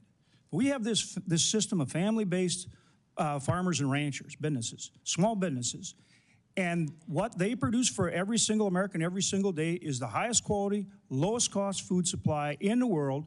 Americans have better choice, better quality, and spend less of their budget on food than almost any other developed country. That's what we have because we have good farm policy. And that means affordable crop insurance, and that means a counter-cyclical safety net that works, keeping the farm in the farm bill. Will you commit to help us get that? We're past due. We need to get it done. Will you commit to help us get it done and get it done in the way I described? Yes, sir. And again, maybe the pathological optimist in me, but I've talked to from both sides of the aisle, the complexity, the challenges in the last year or so of reauthorizing it. And I hope that I can be a force multiplier. And I hope what I bring to the table is the opportunity to work alongside both sides to get us where we need to be for our farmers and ranchers, and some security, some understanding that the net is there, and that the loans are there, and that the insurance is there, and that they can continue to be the best producers in the world for the world food supply. So I really look forward to that, obviously providing you the technical assistance that you need to be able to do your job, but also, if asked or if called, to help in any other way I can to get this done. I think your relationship with President Trump's going to be incredibly important in that effort. We already saw it as we worked on the disaster piece that we included with the extension of the Farm Bill. Will you commit to work closely not only with this committee, but with our Ag Approps Committee as we administer, that emergency assistance. 100% yes. And whether that's at 2 in the morning, 4 in the morning, midnight, I am always available and will work harder than anyone to ensure that you all have everything you need across the Capitol. The President's help there was important, and I want that acknowledged on the record. And also tariffs. We went through this early, in President Trump's first term. Worked with Sonny Perdue when China targeted our farmers and ranchers. We want markets. Talk for a minute about, we look at tariffs as a way to get markets for our farmers and ranchers so that they can compete on a level playing field. We did have to do the MFP. We worked with Sonny to do that last time. Give me your thoughts on how we're going to approach this. As I mentioned, I was, when I got the call about this particular position from the president, we were driving our motor home across Mississippi on our way to Auburn for the Texas A&M Auburn-Alabama game. I clearly wasn't expecting a call from the president at that moment, but when it came and when we talked about this job, I celebrated, prayed with my family, and then immediately began understanding what happened last time and ensuring that we have the right team on the field that can immediately execute to ensure that we're solving for these major challenges. And so the undersecretary that will be coming before you, hopefully very quickly, Mr. Chairman, helped run that program under Sonny Perdue. The staff that he is building out, if confirmed, is the same team that did it before, with the idea that we can't reinvent the wheel. We've got to be able to move quickly. Well, that's good to hear, because we did have to do some things legislatively to get it rocking and rolling, and we did work with Fortis and the other guys, and so we look forward to working with them again so that whether it's China or anybody else knows we're going to defend our guys, and we're going to make them play fair, because on a level playing field, our farmers and ranchers outcompete anybody in the world. Yes, sir. On just a couple others, one is the sugar industry is huge in my state. That involves trade very directly, as you know. Will you commit to work with me on that industry? And Senator Klobuchar also shares that same concern, I think. Yes, sir. And in fact, Senator Smith and I discussed it as well when I met with her. Senator Smith. Yeah, yes. And absolutely, Senator Smith. Yes, I know. Don't leave out Senator Smith. No, my Minnesota senators. I want to emphasize Senator Smith shares that concern. Yes, yes. Thank you, Senator. Yes, 100%. And in any of these industries, I'm here and will always be available. We've also worked with your potential deputy secretary as well. And I want your commitment that both on behalf of yourself and him, that you will work with us on access on the forest lands, which, as you know, we have ag and many other interests out there on these forests, on the national grasslands. Access is an issue. We need your help. Will you commit to help us on that? 100%. Thank yes, you. sir. Thank you, Senator. Thank you very much, Ms. Rollins. Senator Bozeman had to go vote, and as you noted, which I appreciate, we have not one but two Minnesota senators. We're blessed to have Senator Smith with us. Senator Smith. Thank you so much, Ranking Member. And I want to just say, share my congratulations to you and to Chair Bozeman for leading this committee. I love serving on this committee. I love the bipartisan spirit that we have, and I even love Senator Hoeven, who always forgets that I care about sugar in Minnesota. She even loves you, Senator Hoeven. Yes. So welcome to you and your family. I can see how proud your family is of you, and I appreciated very much our conversation in my office. And I also appreciate your Minnesota roots and connection in Clear Lake, Minnesota. So thanks for that. So we have lots to talk about, and I'm going to get right to it. I wanted to start out by just raising the issue of ethanol and sugar, and I'm so glad that Senator Klobuchar and Senator Hoeven have touched on those two issues, both of which are vitally important to Minnesota agriculture. Ethanol is homegrown energy. It is a major economic driver in Minnesota, $7 billion to our economy. And similarly, the National Sugar Program supports more than 151,000 jobs in our country and contributes $23 billion a year to the U.S. economy. And it is run with zero cost to U.S. taxpayers. So I appreciate your commitment to work with us on those two important programs.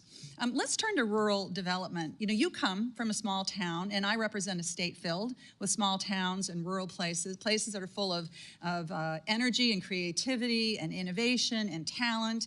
And I think we also know that small towns and rural communities face unique challenges. And I sometimes think that people forget that the rural development side of the USDA is really important. That portfolio is very important. And I will be honest, I'm fearful that the work done there, those efforts not being well understood, could become the target for budget cutting. And I also know that American farmers and ranchers really trust the USDA on those issues. They don't want to see those programs farmed out to other agencies where we all are worried that they would just get less attention. We talked about this when you were in my office, and I appreciate that. So let's dive in on a couple of issues, two big rural development issues: housing and childcare.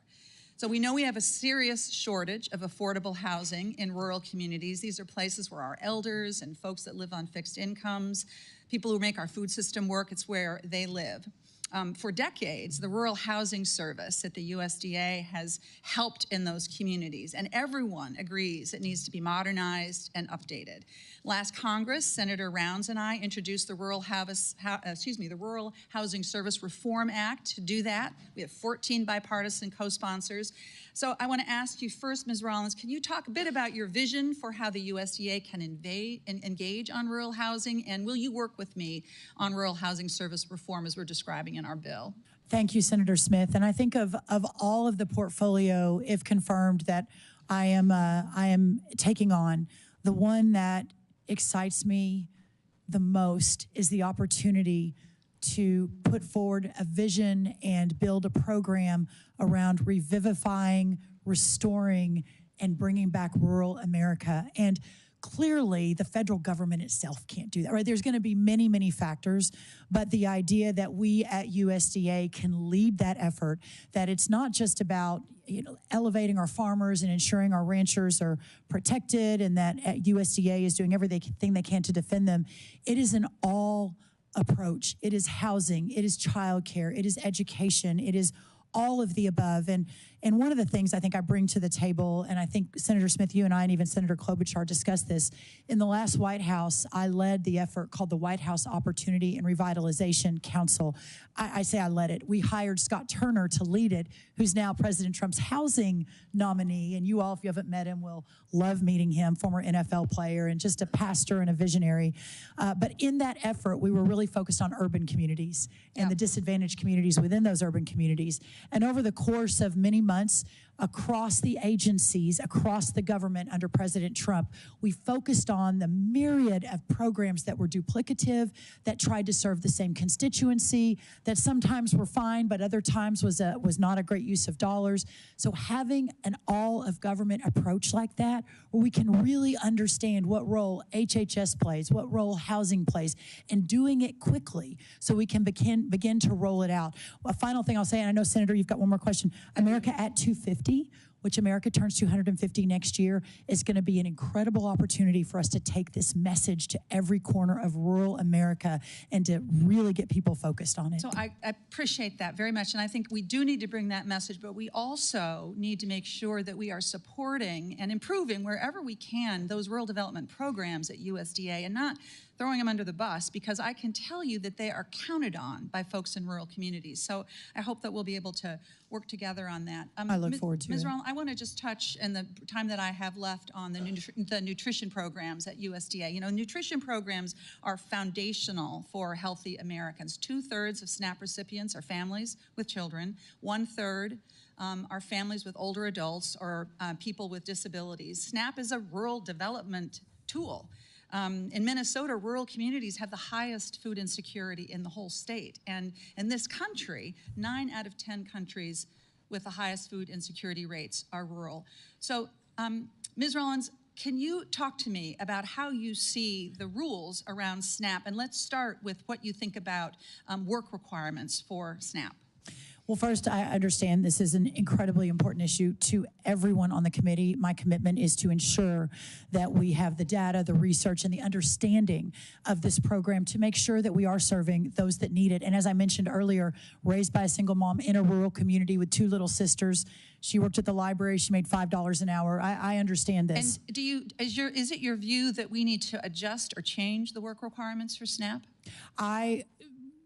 it probably will be no surprise to everyone on this committee, both Republican and Democrat, and through a course of 20 years of being a policy leader, that I do believe in work requirements. I do think they're important. I do think, and I don't fully understand, but plan to get more in the weeds on this if confirmed, and working with all of you to make sure that your concerns are part of that education process for me. So my view, and in fact, I think this is the official view of the USDA, is that SNAP should ensure that no one fears going hungry in this country, but also that it reflects the importance of work and responsibility in this country. And that is why SNAP has extensive work requirements in place. And folks that are not required to work under SNAP, very small number, it's because they are taking care of a child or an incapacitated person, because they are all participating in an alcohol or drug treatment program, because they are already working under some other program. So I ask you to consider this as you look at this, because again, I don't think that this is a good place to be looking for extra dollars when we have so many people that are struggling with food insecurity, even though they are working one or maybe 2 or 3 jobs. Thank you. I know I'm out of time. Thank you, Senator. I commit to working with you, and I look forward to it. Thank you very much, Senator Smith. Next up, Senator Ernst, our neighbor to the south. Yeah, thank you to our ranking member, Amy Klobuchar, and a great neighbor, as has been mentioned many times over, between Minnesota and Iowa. Amy has worked with me on so many different agriculture and biofuel related issues. And I am excited to work with you, Senator Klobuchar, you and Chairman Bozeman, as we work on a 5-year farm bill. It is very important that we get that done, and it is something that I hear continuously from Iowans as I travel all 99 counties in my great state. And of course, to you, Mrs. Brooke Rollins, thank you so much for being here today, and thank you for bringing your friends and family. I know how important that support is, and I'm excited to see you as our nominee for Secretary of Agriculture.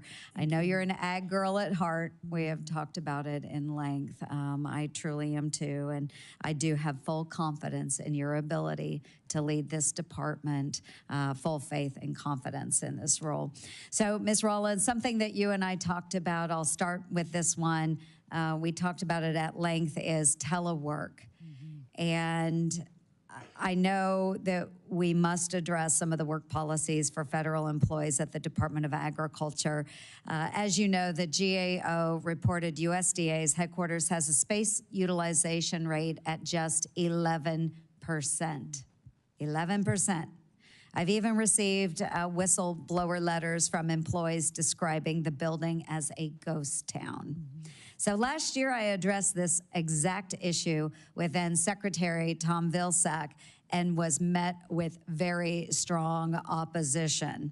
Rather than provide any evidence to dispute the GAO's numbers, and even after repeatedly following up with his staff, he refused to give me specific in-office numbers or building utilization data.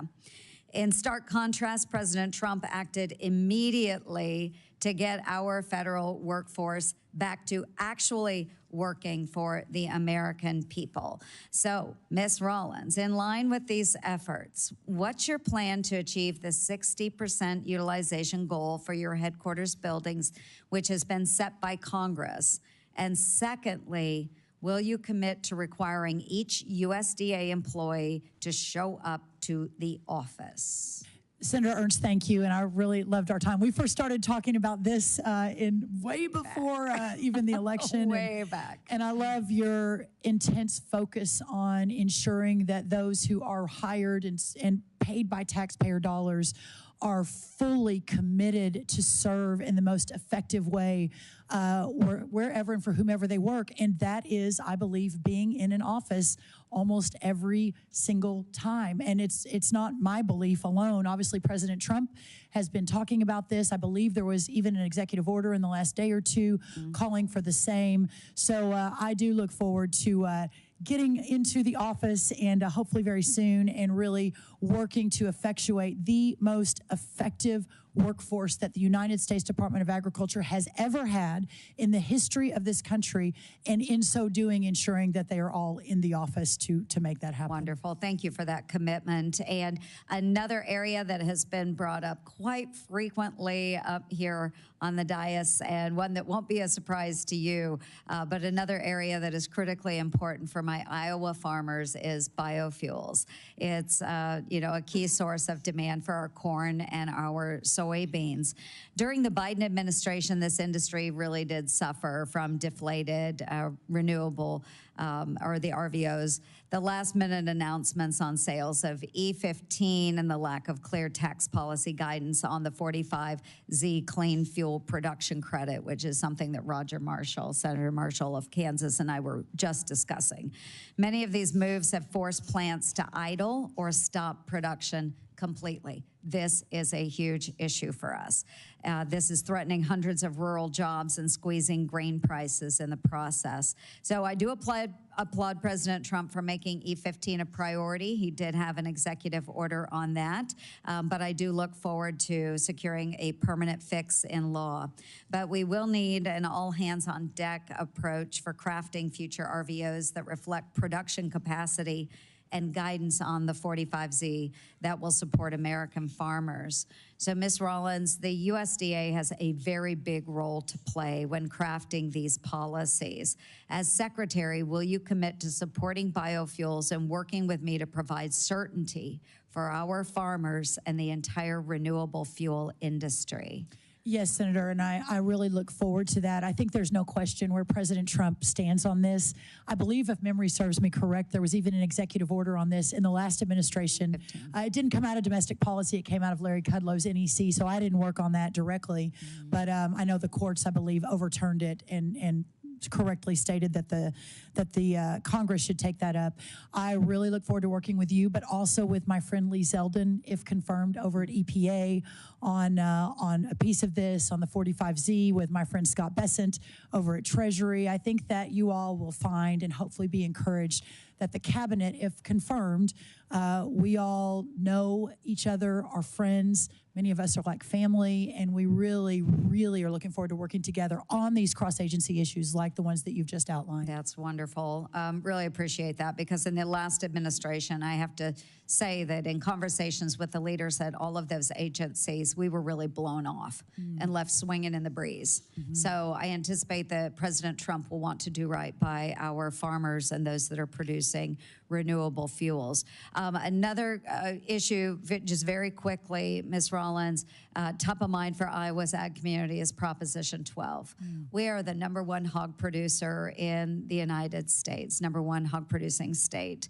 And California's ballot initiative has been very devastating for our family farms and is only fueling market consolidation of pork producers. So just ultimately what we would like to do is move on legislation, craft a way forward so that we don't have states telling our producers how they can raise their livestock. Very important to us. So, Ms. Rollins, in line with President Trump's priority to lower food costs for American families, will you commit to working with this committee to reverse Proposition 12? Proposition 12, and I have just in the last few months become very acquainted with it. You know, the idea that one state, and listen, I'm a federalism believer. I believe in the founder's vision of the 10th Amendment, and the government closest to the people is the government that should be most active and under that 10th Amendment. But this particular issue, I believe from even a bipartisan perspective, there's no doubt that it's not just affecting California, it's affecting multitudes of other states, multitudes of other parts of the ag community, including our hog family farms, Iowa, but many other states have been really affected by this as well. I know that you guys, if you don't even already have a bill filed, you're soon to file one. Yes. Legislation has been drafted. So yes, I commit to working with you on that and look forward to it. Excellent. Thank you, Ms. Rollins. And I look forward to hosting you in Iowa on an ag and biofuels tour. And I would welcome your family as well. So thank you very much, and I yield back. Senator Durbin. Thank you. Thank you very much, Mr. Chairman. Mrs. Rollins, I took your advice. When we met yesterday, you told me about your mother's agenda as a Texas state representative on the issue of PFAS, and I should make a point of meeting her. She was the first person I met in the room today. And we talked. She's special, isn't she, Senator? There is, and it looks like we're going to have a possibility of a real bipartisan state-federal alliance on an issue important to everybody. Yeah. So I'm glad she came, and I'm glad I had a chance to meet her. Thank you, sir. We talked about a lot of things yesterday, and I want to talk about one that's in the headlines this morning and will be for a long time: the mass deportation of undocumented people from the United States. I mentioned to you that I have been surprised by the response I received among farmers and ranchers and people involved in agriculture when it comes to the immigration issue. I told you about the dairy farmer who said, Senator Durbin, we're going to close down our dairy operation after 3 generations in our family because we need immigrant workers for dairy operations in Illinois. Another young lady with the Farm Bureau raised her hand and said, while you're at it, include the orchards. Who's going to pick this crop? It isn't the local kids at the high school. They won't even man the fruit stand out by the highway, and I put an air conditioner in there. I can't get them to come to work for me. I need immigrant workers. Turns out that 40% of the farm workers in this country are undocumented. And you know what that means. They're vulnerable to being deported. And if they're deported, what are the farmers going to do? For a lot of them and for a lot of different industries, immigration is critical. Now, your organization has said some things, some pretty strong things. Your American First Policy Institute, they've called for deportation at a scale that actually matters and massive deportation efforts. So I just need to ask you, what is your policy on immigration? We've got to get down to the real world, not the criminals. We don't want them. They shouldn't come here and they shouldn't stay. But those who work every single darn day to pick a crop that American people are not going to pick themselves, and most of them, 40%, I shouldn't say most, 40% are undocumented. So can we expect this administration to be raiding farms and going after the immigrant farm workers? Senator, thank you. And I really was grateful for our time yesterday and our time working together in the last administration. And I appreciate your kindness. I was a little late yesterday. There was some confusion and you gave me a little grace. So I really appreciate that. Yes, Senator Lujan, you as well. Listen, the president's vision of a secure border and a mass deportation at a scale that matters is something I support. I was his domestic policy director in the last White House. I have built and led an organization alongside Chad Wolf, our former Secretary of Homeland Security, at the America First Policy Institute. I want to be extremely transparent, and I think that you deserve that. That is my commitment, is to help President Trump deploy his agenda in an effective way, while at the same time defending, as if confirmed, Secretary of Agriculture, our farmers and ranchers across this country.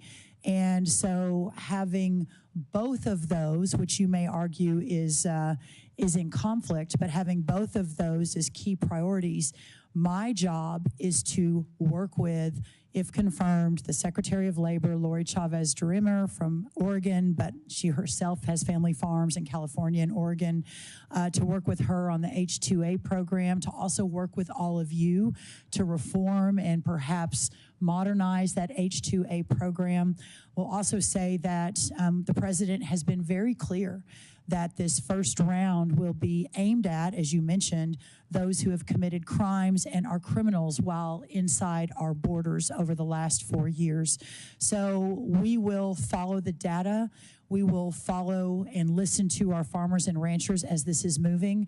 And my commitment is to work with all of you to work to solve and do everything we can to make sure that none of these farms or dairy producers are put out of business. Now, I support your answer. Dangerous people shouldn't be here, and if they're here, they should be gone, period. But when we're talking massive deportation, we're gone beyond dangerous criminals. And I just wonder if we ought to give fair warning to farmers and ranchers across America that if you have immigrant labor, you can expect federal agents to come and search your property. Is that in the future for farmers and ranchers under the mass deportation plan? Sir, I have not been involved in that. The president's current plan, I cannot answer that one way or the other. I do know that my job is to ensure that as those conversations are ongoing, if confirmed, that I am part of that data collection and understanding, and that the president understands that what this means to our agriculture community. And I believe sincerely that he will execute his agenda that he has promised the American people, but that we'll never forget our ag community in so doing. Well, I certainly hope so, because these men and women in immigrant labor on our farms are doing backbreaking work every single damn day, and they've done it for years. And many of them, 40% of them, are undocumented. And if they are going to be deported, then we've seen a lot fewer fruits and vegetables that we take for granted every time we go into the store. I think that's part of the reality. When it comes to the SNAP program, the work requirement and the asset requirements, do you think we ought to apply work and asset requirements to other agricultural programs? Senator Durbin, I look forward to learning more about those. I have actually spent most of my time on SNAP in preparing for this hearing. I'm obviously aware there are 16 other nutrition programs across the United States Department of Agriculture. I look forward to learning more about all of those, meeting with those that are running them, even looking across the agencies to see whom else is working on these projects, and ensuring that they are the most effective for those who need them, but also the most efficient for the taxpayer. I'm going to ask one last question. Project 2025, you're familiar with, calls for capping crop insurance payouts to $40,000 per farmer and terminating longtime USDA export promotion programs. What's your position on this Project 2025 proposal? Sir, the America First Policy Institute was not involved at all in Project 2025. We were in no meetings. We were not part of any policy process and had nothing to do with it. And so I'm sorry, I don't know that I can answer that specifically. I will say that my role is to defend farmers and ranchers in our ag communities and our rural communities with everything I have. So as I am looking at all of these programs, aside from anything that other think tanks put together, my commitment is to ensure that we follow the data and protect our ag community. Thank you. Thank you. Senator Hyde-Smith. Thank you, Mr. Chairman, and congratulations. I'm so proud of you and so excited to get to work with you. I think it's really neat that you got the call from President Trump, and I believe you were in Newton, Mississippi. Newton, Mississippi, in the Walmart parking lot. That's when the call came. When you got the call on your way to the Auburn game. Yes. And I believe that went into 3 overtimes, if I remember correctly. It did, So- and the Aggies once again ran out of time, which is our November sort of game plan these days.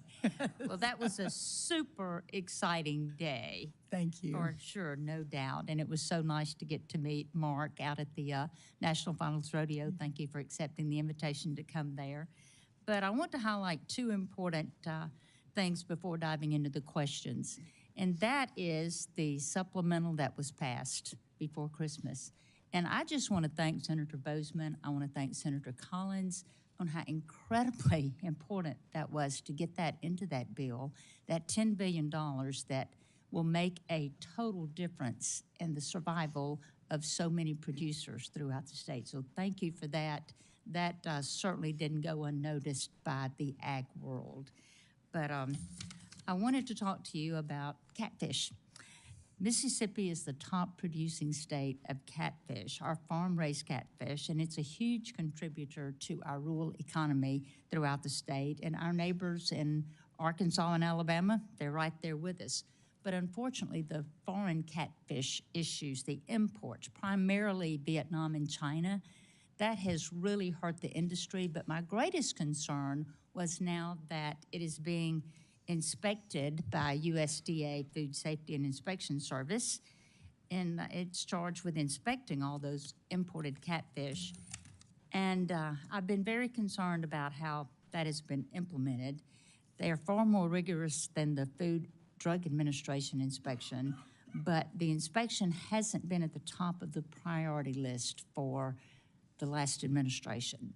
And that made a big, huge difference because there can be dangerous carcinogens in there, many elements that's harmful to human consumption that was getting by and not inspected. So if confirmed, will you work to ensure that FSIS tightens its imported catfish inspection responsibilities? Yes, ma'am. I really look forward to all aspects of the United States Department of Agriculture, but have heard from several of you that the inspection part of it could be significantly improved, and my commitment is to do everything I can to do just that. We are close to announcing an undersecretary. I should say the president is close to announcing an undersecretary in that role, and I think everyone will be very pleased when that announcement is made, and look forward to hopefully his quick confirmation and letting us get to work, Senator. Wonderful. I fought that for years as we're the top producing state there and as Ag Commissioner in Mississippi. And I also share your commitment, as you mentioned in your testimony, to addressing the H5N1 and the New World screwworm outbreaks as high consequences disease threatening animal agriculture. I've gotten several calls lately on that from producers that are very concerned about that. And I can remember the avian influenza threat, getting the Mississippi flocks. Betty, now that kept me up at night. And I had plenty of foam, plenty of water on standby that if we had the outbreak, we were ready. But I was also involved in reopening beef exports markets after BSE, or the mad cow dissection. And those markets took over a decade to recover when we had countries that did not buy our beef because of that for 13 years until we got that under control. But while much attention is given to the problem of animal disease outbreaks, I want to focus on the key solution that's often overlooked, and that is the importance of USDA veterinarians. And those are so critical. And despite the hiring freeze, those professionals are essential in protecting animal and public health and ensuring food security because of these outbreaks. The vets are currently managing the H5N1 outbreak by testing meat and milk and helping producers with biosecurity practices. But unfortunately, USDA has struggled for years with inadequate veterinarian staffing. And with the animal and plant health inspection and with APHIS, a problem was made worse by a compensation system that the previous secretary described as just uncompetitive in a hearing in last Congress. But I tried to work with the previous administration to begin correcting these serious recruitment and retention problems there. But those efforts were pretty much ignored as well. But it's just extremely frustrating to know how critical it is to make sure we have the safest, cheapest food in the entire world, and it takes inspections to do that. But hopefully that will be better, and I'm going to ask for your commitment on that as it just jeopardizes the American agriculture competitiveness by putting us at further risk for spreading disease. But the shortage affects public health and agricultural the situations we find ourselves in, because we just sit there and hope and pray that we don't get a call that there is an outbreak of anything. The USDA Office of Personnel Management must address these veterinary personnel challenges. So my question is, will you commit to working with me toward timely and meaningful solutions, of course, that would be in line with the President's agenda toward this personnel for these veterinarians that we need at USDA. Senator, I so look forward to doing that. And yeah, I'm not sure if you've heard, but Texas A&M has a heck of a good veterinary school, so that I'm very familiar with. So I especially on this look forward to that with you. I do think that the recruiting piece of this and you and I working together, and I believe Senator Klobuchar may be a co-chair with you on the veterinary committee here in the Senate, but across the board ensuring that your leadership and my supporting you, if confirmed, continues to be a priority, and really look forward to that.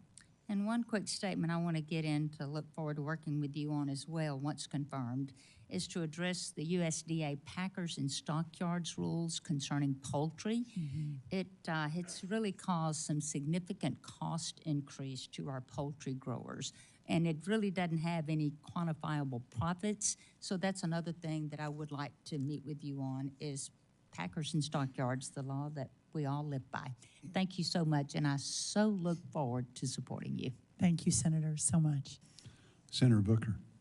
Mr. Chairman, thank you very much. I'm excited to be here and excited to have a few moments with you. Thank you for coming by my office yesterday. I know I was the favorite office you visited much more than You were the favorite. There were 3 favorites, and you were one of the 3. I'm glad to hear that. I know you like my visit better than Tommy Tuberville. I'm going to jump on the moving mom bandwagon here. When you told me about the work she did, the work on PFAS, God, I hope it foreshadows some of the work we can do together. It's a real problem for American farmers, and it's something that's really important to me. I mentioned to you when you were with me that one of the biggest problems we have in America is that the biggest producers in our country have done well. That's not a problem. I love and celebrate American success. But we're having a problem with the big producers, often controlled by multinational corporations who are doing great. But most of our small farmers in America really continue to struggle. Since 2017, we've lost over 140,000 farms in our country. And since the 1970s, over 500,000 farms have been lost in this country. This loss of family farms has led to awful things happening in our rural communities, an exodus of residents, jobs, really the hollowing out of rural communities. And for the farmers who've managed to hang on, times are really tough for American farmers. 88% of family farmers have second jobs off the farms, and a majority of that income utilized by those families is generated from off-farm income. And right now, the USDA programs are structured in ways that serve well the biggest producers, but often do not work for small and mid-sized family farms. So I'm pushing in the upcoming Farm Bill to create an office of small farms within the USDA that would be charged with looking at USDA programs and policies and finding ways to make them work for our small farmers. This is a crisis. We're losing our heritage. Families that have had farms for 5, 6 generations in America are really struggling. And this is just a yes or no question, which I got in private. I'm hoping to get in public. As Secretary, will you make it a priority for the USDA to do a lot more to help small farmers?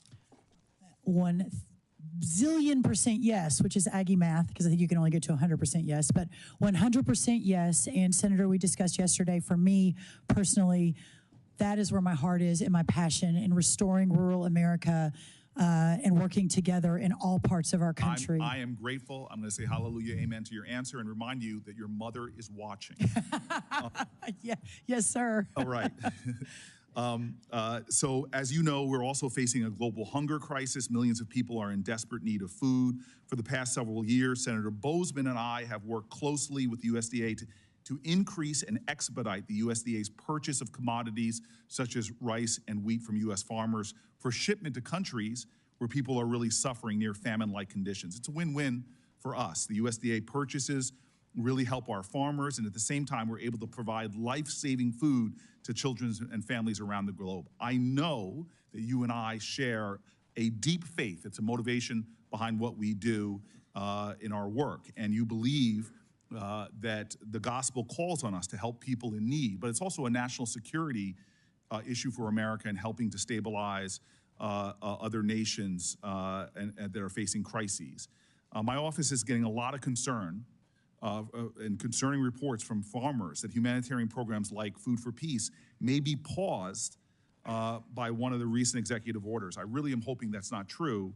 And again, a yes or no question. Once you're confirmed, will you check on the status of that, and will you make food aid purchases from our farmers a priority? Yes, sir, of course. Fantastic. Meat packers. Most Americans don't know this. They work in really horrifically dangerous conditions, one of the most dangerous jobs in America.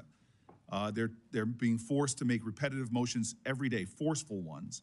The USDA published recently a report showing that at current line speeds, 81% of chicken processing plant workers are at an elevated risk, significantly so, of developing debilitating upper body disorders and things like carpal tunnel syndrome.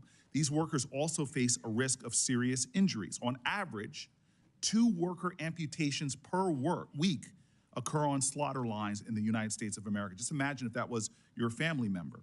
Even worse, meatpacking giants like JBS have admitted and been fined for child labor violations in their processing plants.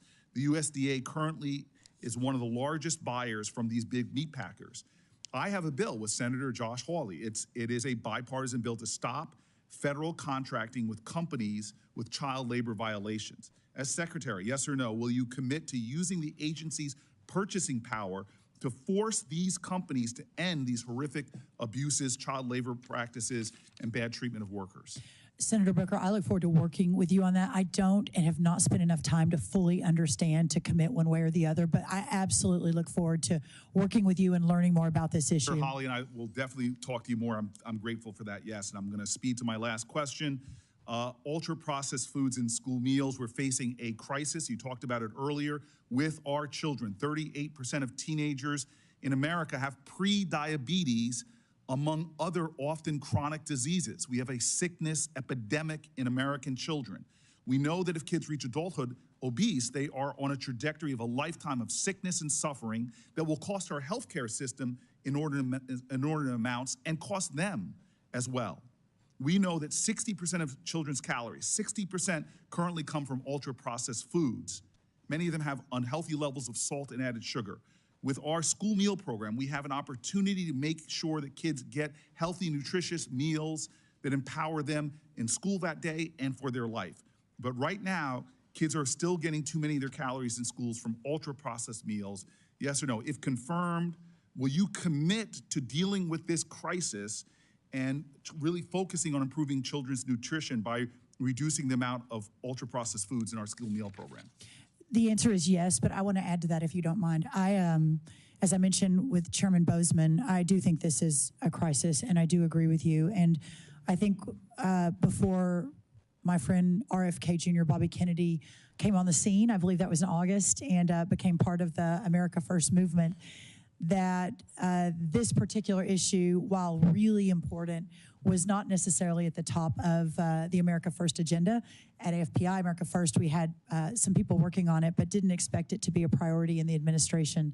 I am encouraged that it is now a priority and look forward to working with everyone. I am so grateful for that. This is not a question because my time's expired, but Prop 12 coming out of California, this Packers and Stockyard Act, I know you will be open to us bringing you small family farmers, independent family farmers who show that Prop 12 has opened up new opportunities for them, and the Packers and Stockyard Act is protecting them, and they actually want to see better enforcement. So I know you're open to us having that conversation. I will look forward to that. Thank you, Senator. Thank you. Senator Marshall.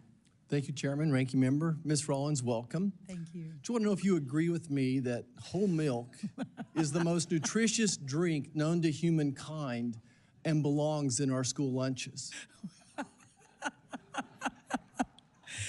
Senator, I don't know that you have met my mom yet, but this is all we had in our refrigerator growing up. Not anything else, just whole milk. She is absolutely never going to let us forget this, the fact that this is coming up. But yes, this hits home to me very, very quickly. It brings back a lot of memories. So, Ms. Rollins, like many of us on this committee, you have a love, a passion for rural America, for agriculture. Tell us where that comes from and why this job is important to American agriculture in rural America, just from your heart. Senator, thank you. The fact that I'm sitting here today, that I am in the United States Capitol, that I'm sitting in front of this committee, that I am serving at the appointment of the President of the United States as one of his potential cabinet members, but yet I grew up in a town of 1,200 with a single mom, with two little sisters, went to Texas A&M on an agriculture scholarship because my love, but also we needed the money. That Future Farmers of America is the organization that set my path so many years ago.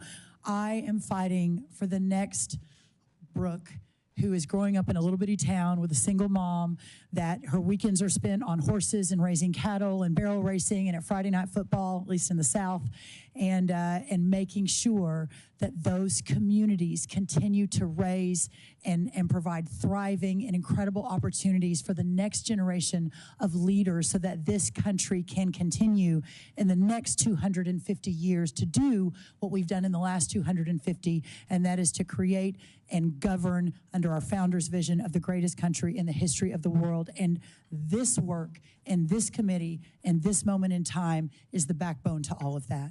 Yeah, Ms. Rollins, reminds me of a song that growing up a Kansas farm boys mostly having fun. And I think that's what you're describing. It was mostly having, it was a simpler time. You pointed out earlier, 90% of rural America supports supported President Trump in the election, over 90%. Now, every time I see the president, the first thing he asks me is, Roger, how are your farmers and ranchers doing in Kansas? Can you just share with this committee President Trump's compassion for farmers and ranchers? Do you have similar conversations with him as well? Yes. Senator, one of the illuminating moments of my time with him in the last administration, and it was, as you can imagine, an adventure beyond any imagination to be next to President Trump for 3 years and then to continue to work with him after he left the White House to build the America First Policy Institute and continue the policies for the next 100 years, not just for this moment in time. But I, in the last West Wing, I believe I'm speaking correctly, was the only person with an agriculture background. And that wasn't widely known because I was managing the entire portfolio. And but any time in any senior staff meetings or any time we were in the Oval Office and these issues would come up, he would always point to me and say, where are we on that? And it was so clear to me that that is where his heart is. I'll never forget a cabinet meeting where we were having a discussion about some big corporate entity who had asked for a very large sum in the multis of billions of dollars for a project. And that same week he had been asked for that project, he'd also visited some farmers in Georgia. And I'll never forget, I was sitting behind him because I was not part of the cabinet, I was part of the senior staff. And I'll never forget, I don't think the media was in there, but he looked at the entire cabinet and then turned, over his shoulder and looked at us who were sitting behind him as his senior team. And he said, I'm not here for those guys who are asking for billions of dollars for their new project and their market value is many, many billions and billions more. I'm here for those farmers. I am here for those men and women that I met in Georgia yesterday who are hurting but never complain, never miss a beat, never stop doing what they're called to do, which is to produce for the families across America and across the world. That is who I am here, and we all, pointing to the cabinet and the staff, are here to serve. I think that was in maybe year 2 of the 4, and I've never forgotten it. And when he called me about this job, we talked about that again. Yeah, thanks, Ms. Rollins. So obviously, agriculture, rural America is important to you. It's important to the president.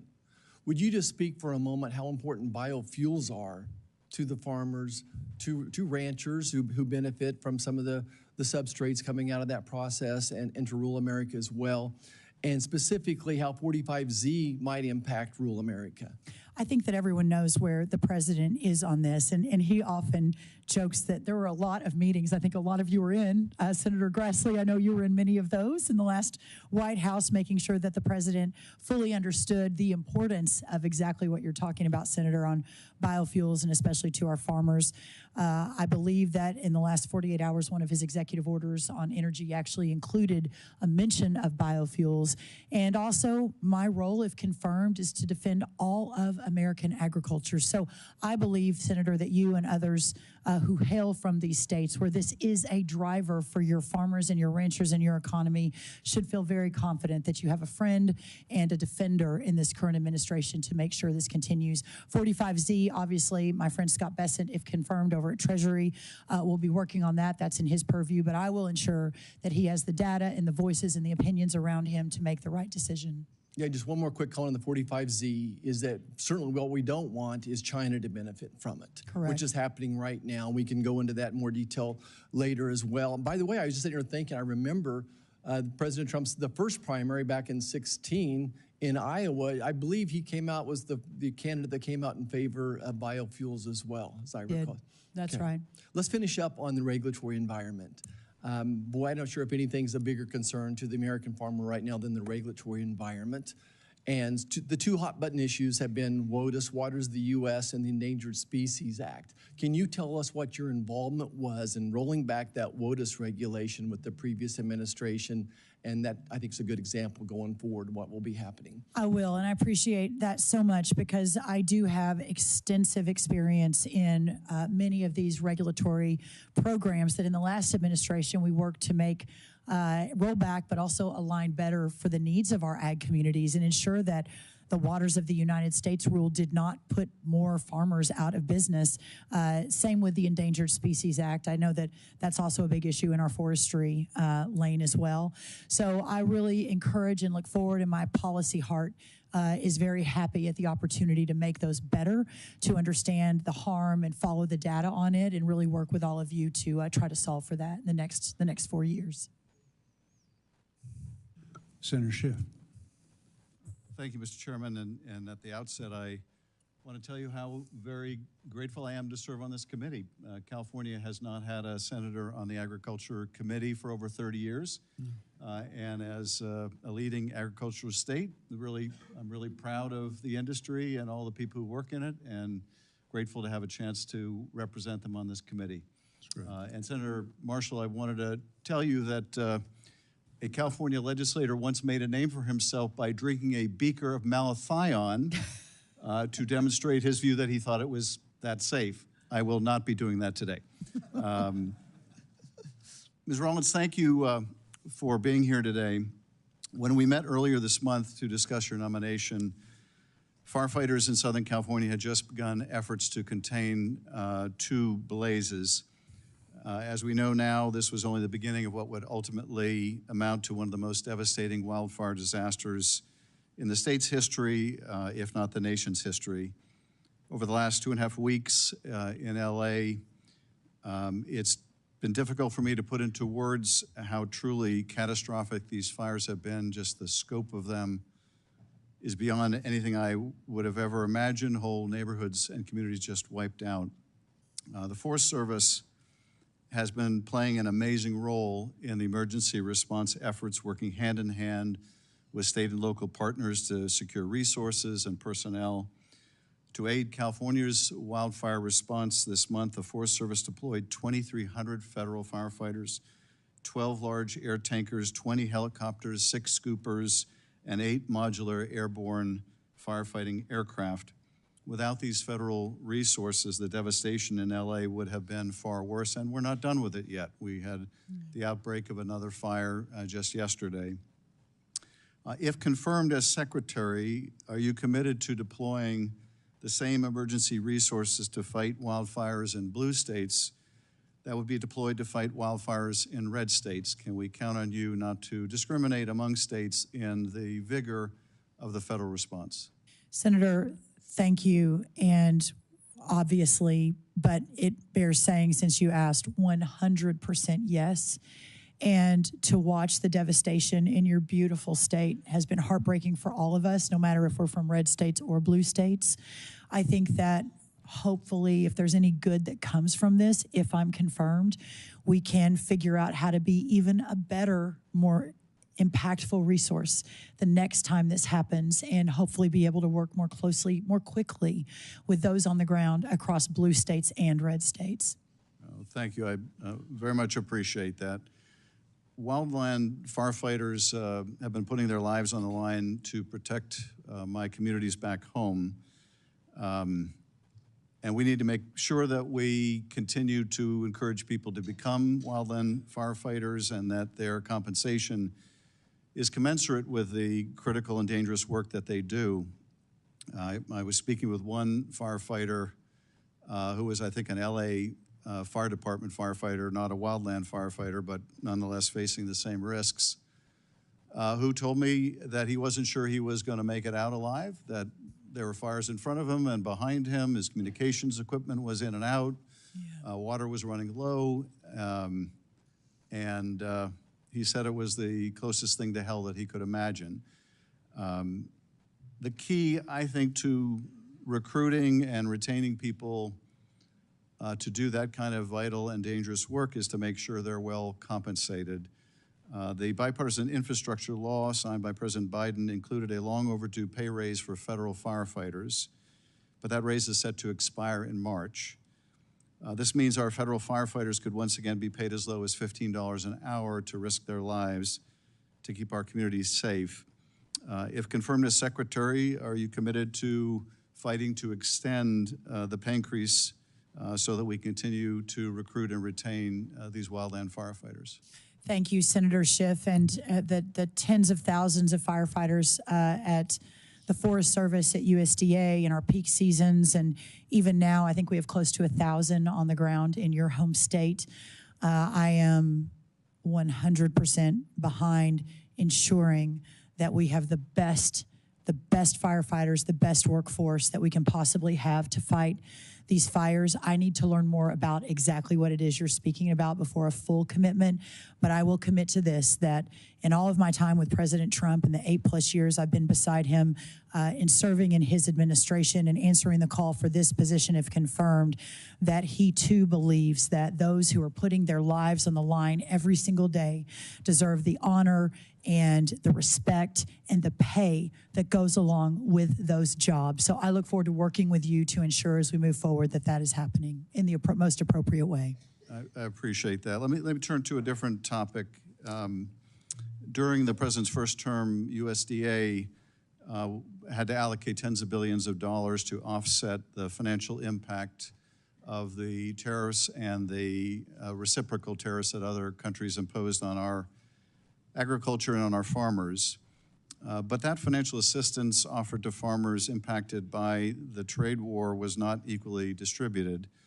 Despite California's leading role in U.S. agriculture and the heavy tariffs imposed on specialty crop exports, California growers receive far less than their fair share in tariff assistance under the 2019 Market Facilitation Program.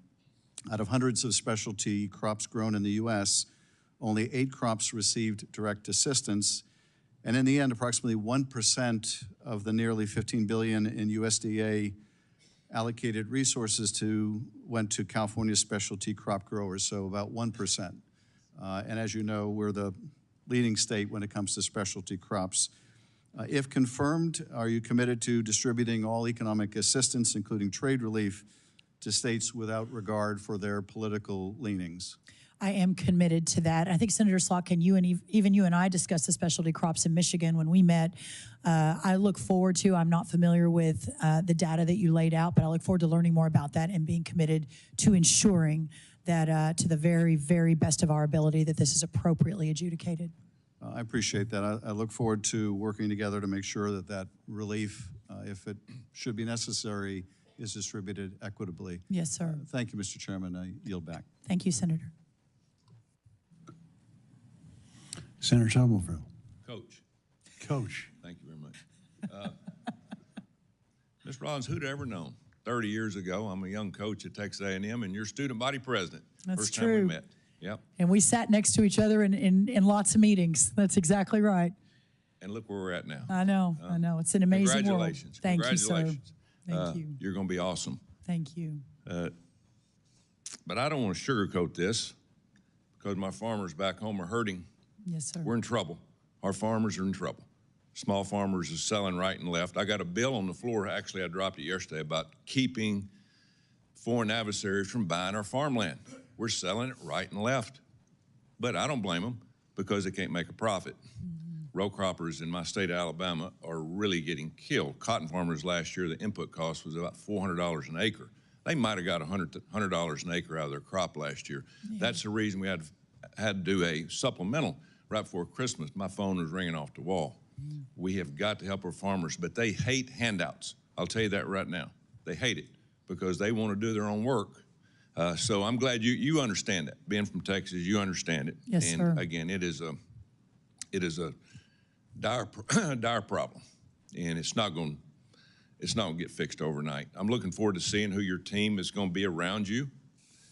I will tell you this: it's discouraging to know that you walk into the office building where you're going to have 3,000 or 4,000 employees, and you can shoot a gun and not hit anybody. There's nobody there. Nobody's been working in the office for 4 years. I mean, It's embarrassing. It's absolutely embarrassing. Our farmers need help, and we got nobody working at the office. So we have to get input costs down. That's not your job. 6-7 years ago, a cotton picker cost $750,000 in Alabama. Today, it's $1.5 million. Yes, sir. Fertilizer's gone sky high after the Ukraine war. It's embarrassing to where we've got. There's a $45 billion trade deficit in ag, $45 billion. And the only way that we can get commodity prices back up is handle that trade deficit. So, that being said, we need dialogue. If confirmed, will you commit on doing dialogue with President Trump and the people around ag to get our farmers an opportunity to have a better price for their crop? Yes, I will, Senator, and I so look forward to that. I think one of the things I read recently that only 43% of our ag producers are net income positive. That is unsustainable. We have to find a better way, and it can't come always through government subsidies. We've got to expand the market. We've got to figure out input costs. One of President Trump's top priorities was food inflation. Well, this comes before food inflation because this itself will drive the cost of food down if we do our jobs and if we're able to produce for our ag community the way that, Coach, I believe that we can, working together. Yeah, what we don't want to happen is what's happened to our drug industry. You know, we found in COVID, we look around going, you know, how do we keep people, you know, get people healthy? And all the drugs are made in China. And we're going to end up in the same situation if we don't wake up and smell the roses. It's going to happen. Yeah. Again, people are selling right and left, and you can't blame them. Our small farms are going to end up being corporations like the packing houses. We only, got 3 companies now that are meat packers, and one of them's owned by China. We're headed in a direction of unknown, and it's going to take leadership from your office to get that back on the right track. Our forest industry in my state, $36 billion a year. Now, with the USDA Forest Service under your purview, what priorities do you have for the health of our forests across the country? Not just in Alabama, but we have to continue that to make sure that we have healthy wood, because it is something that we're very proud of. I know that's really important to Alabama and many of the other states that are represented here and across the United States Senate. My commitment is to hire an A++ team. We've already announced our Undersecretary, Mike Boren, for this position. I have great faith in his leadership. He is a businessman, and I think bringing to the table, hopefully with a quick confirmation process from all of you, he will bring to the table a team that will take our great firefighters in the Forest Service and hopefully realign and reorganize in a way that makes the Forest Service, including forest management, more productive, more efficient, more effective, so that we don't have the issues that we've had in these last number of years, and especially for our great producers in your state and other states. Keyword, forest management. Key 2 words. We've got to manage our forest, do it the right way. American people across the country that are not in this business they shouldn't have to pay for everything the mistakes that we make. We're broke. We're $36 trillion in debt, and it's getting worse. That's right. Every day. And we're printing $80,000 a second, by the way, and we can't sustain that. Government's way too big. Disaster relief. Disaster relief. If we've had problems with tornadoes or floods or whatever in my state, it takes at least 3 years at times to get any kind of disaster relief. 3 years. And you know as well as I do, farmers borrow money from banks for a crop, and those bankers are looking around going, where's our money? Well, we're waiting for disaster relief. The bankers shouldn't have to deal with that, nor should the farmers. But I think there has to be a better plan for that at the end of the day. And I'm throwing all your problems out to you. You probably don't want to hear that, but we got a lot of problems that need to be fixed. Well, Senator, Coach, I believe that you and I having a conversation with our Commander-in-Chief and the fact that it's taking 3 years to get relief will be unacceptable to him. It is unacceptable to me, and I look forward to working with you to ensure that we do better, much, much better than that. Thank you. Good luck. Thank you, sir. Thank you. Senator Welsh. Thank you very much. I don't want the coach to be upset, but when you ask the question, how did you both get here? I kind of get it, how you got here. I'm still trying to figure out about the coach. How Coach got here? But you did another thing that really is astonishing. Senator Cruz gave you a very nice introduction. And I didn't know something that he's kept on the down low. He actually has a sense of humor. So this is a pretty astonishing hearing. It's a new day. It is. And thank you for your visit to my office and your enthusiasm about rural America. And I'm so delighted to be working with our new ranking member and our new chair. to try to strengthen rural America. And I share the, I think, point of view strongly held by members of this committee that rural America really is about the great values and strength of America, hard work, family, community. And rural America has been under brutal pressure. And I think every single one of us wants to do everything we can to strengthen it, because a strong rural America is a strong America. A couple of things. We have been really blessed in Vermont with a very responsive Department of Agriculture. The Rural Development Organization in Vermont has helped us through the floods of July 23 and July 24. It has used opportunities to strengthen the economy for farmers. So I just want to make certain that some of the things that have really been helpful to us, we can have some confidence will continue should you be the new Secretary of Agriculture.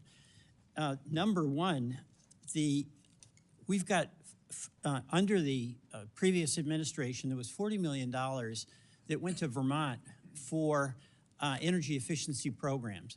And we don't have to have a debate about climate change and whether it's real or not, but my view is this: agriculture and our farmers can help us deal with the weather events that are enormous by doing things where they get income to sequester carbon. So without having the climate change discussion, I want to make certain that I can have some confidence that our farmers who are adopting regenerative agricultural practices, organic agriculture, are doing things that by all estimations make for good, healthy crops, but also reduce carbon emissions, that will continue to make that possible, and they'll get paid to do it, not just be asked through regulations to bear the burden.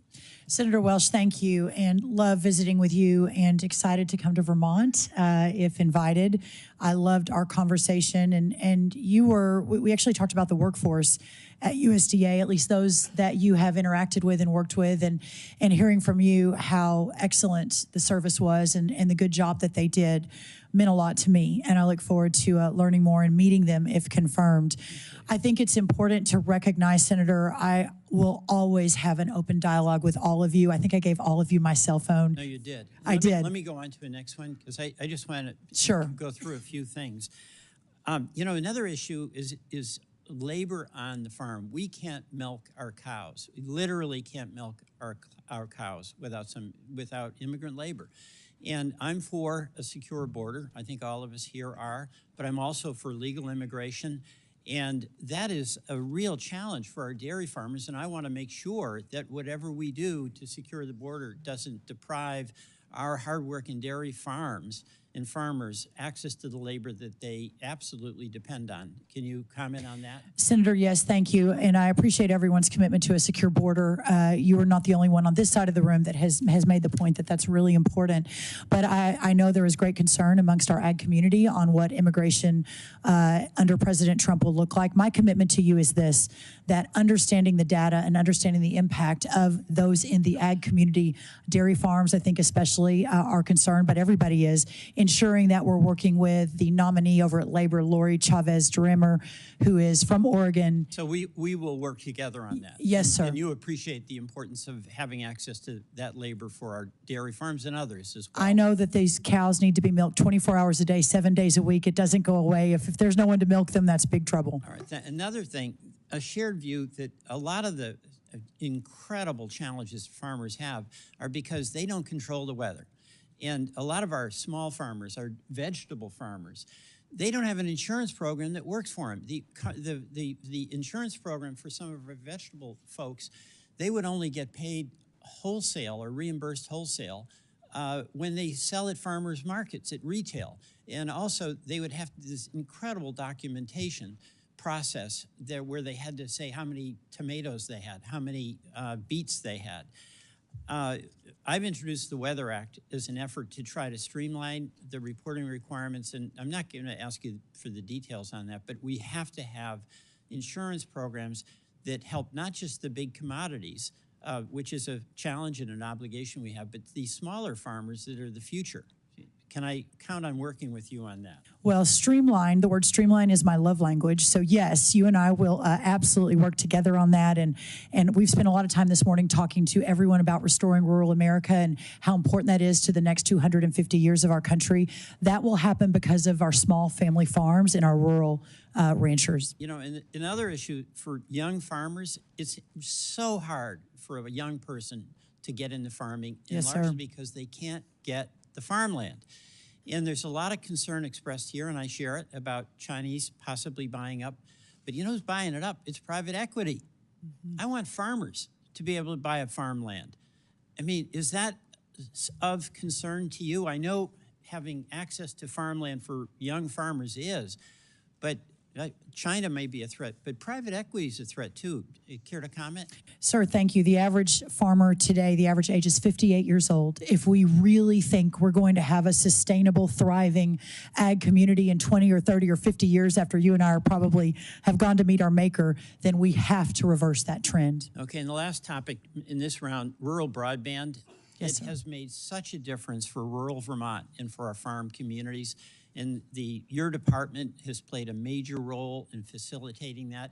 We have to continue that and get that last barn on the longest dirt road wired so they have the advantages that come with access to the internet. Care to comment? 100% agree. Okay, thank you very much. Thank you, Appreciate Senator. it. Thank you. Senator Justice.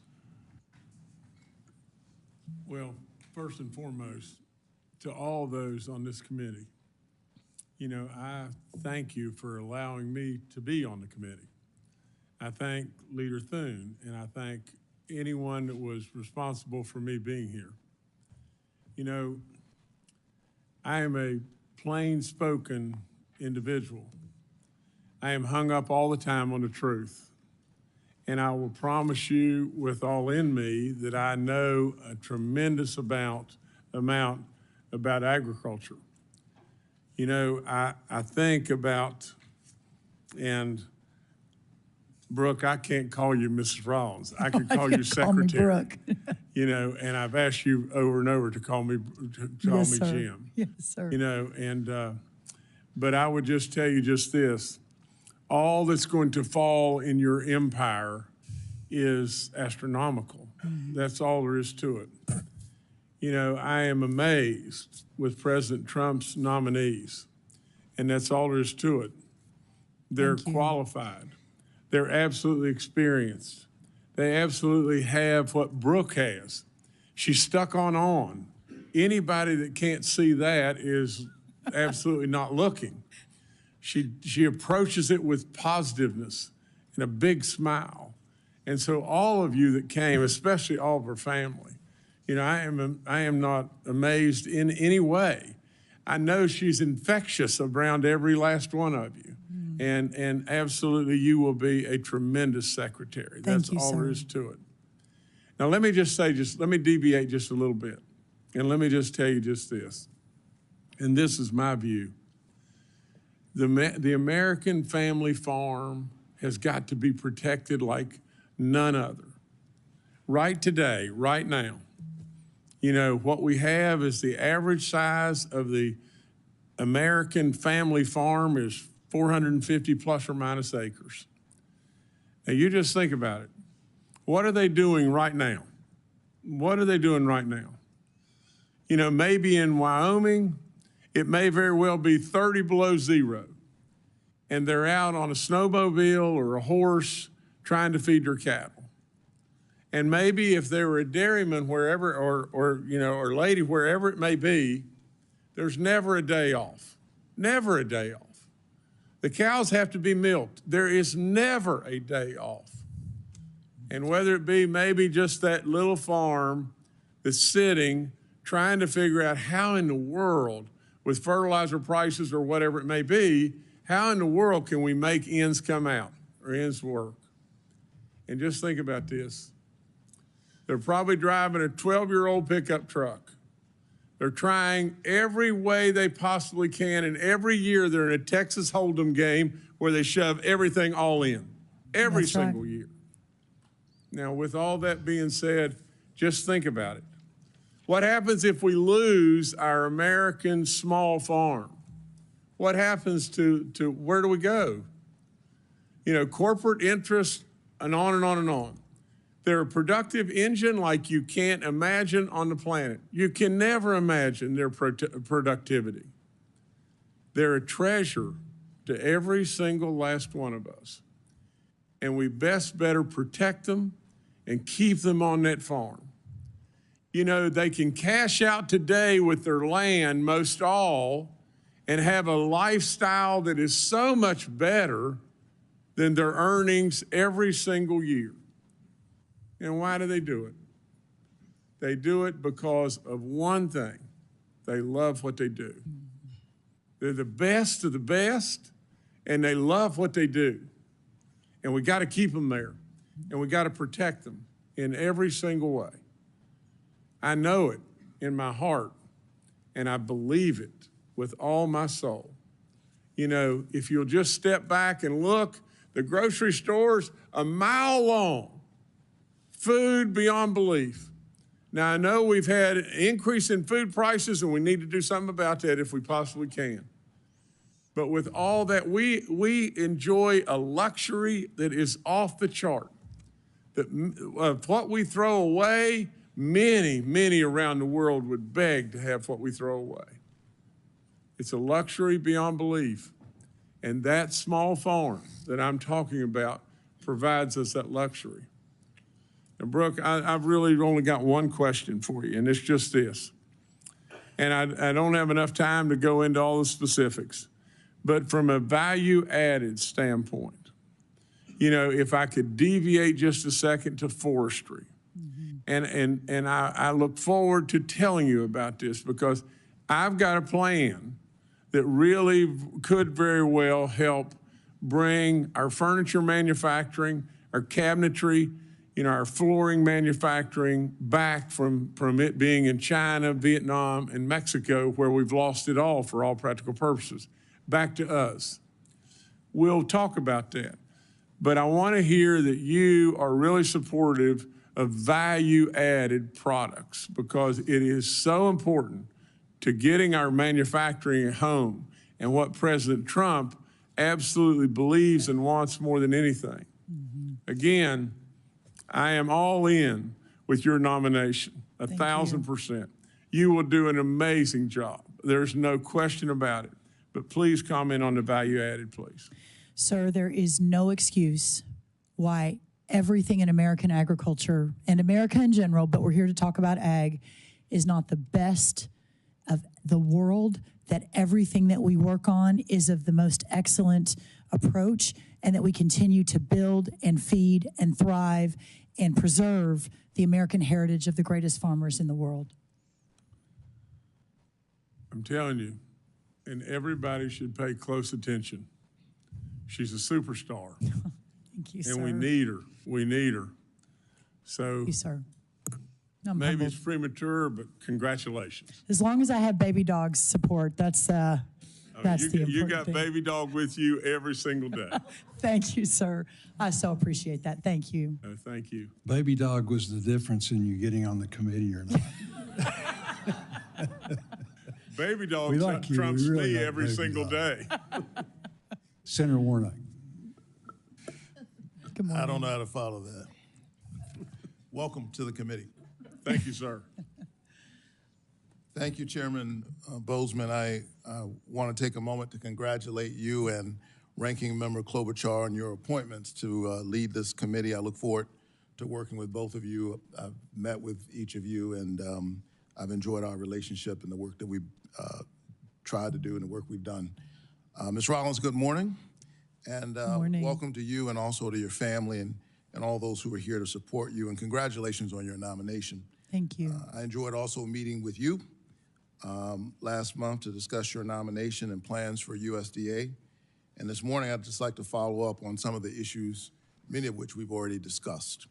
But first, it has come to my attention that a recent executive order has led to the potential termination of USDA's liaisons to our 1890 land grant institutions like Fort Valley State University in Fort Valley, Georgia. There is strong bipartisan support for these institutions. They've done an incredible job, often doing so much for so many with so very little for such a long time that people, it's lost on people, the work that these institutions every day. I'm deeply concerned about this and the actions to shut out their voices at USDA. Ms. Rollins, if you were confirmed, will you commit to supporting our 1890 institutions? Sir, I believe Prairie View A&M is one of those 1890 institutions, which I'm very familiar with and partnered as a student at Texas A&M and in the last administration worked with. I am not familiar with exactly what you're speaking of, but my commitment to you is to find out and to continue a really important discussion and to learn more about the issue. Well, the executive order could lead to the potential termination of USDA's liaisons to these 1890 institutions, which help them to navigate their relationship with the USDA.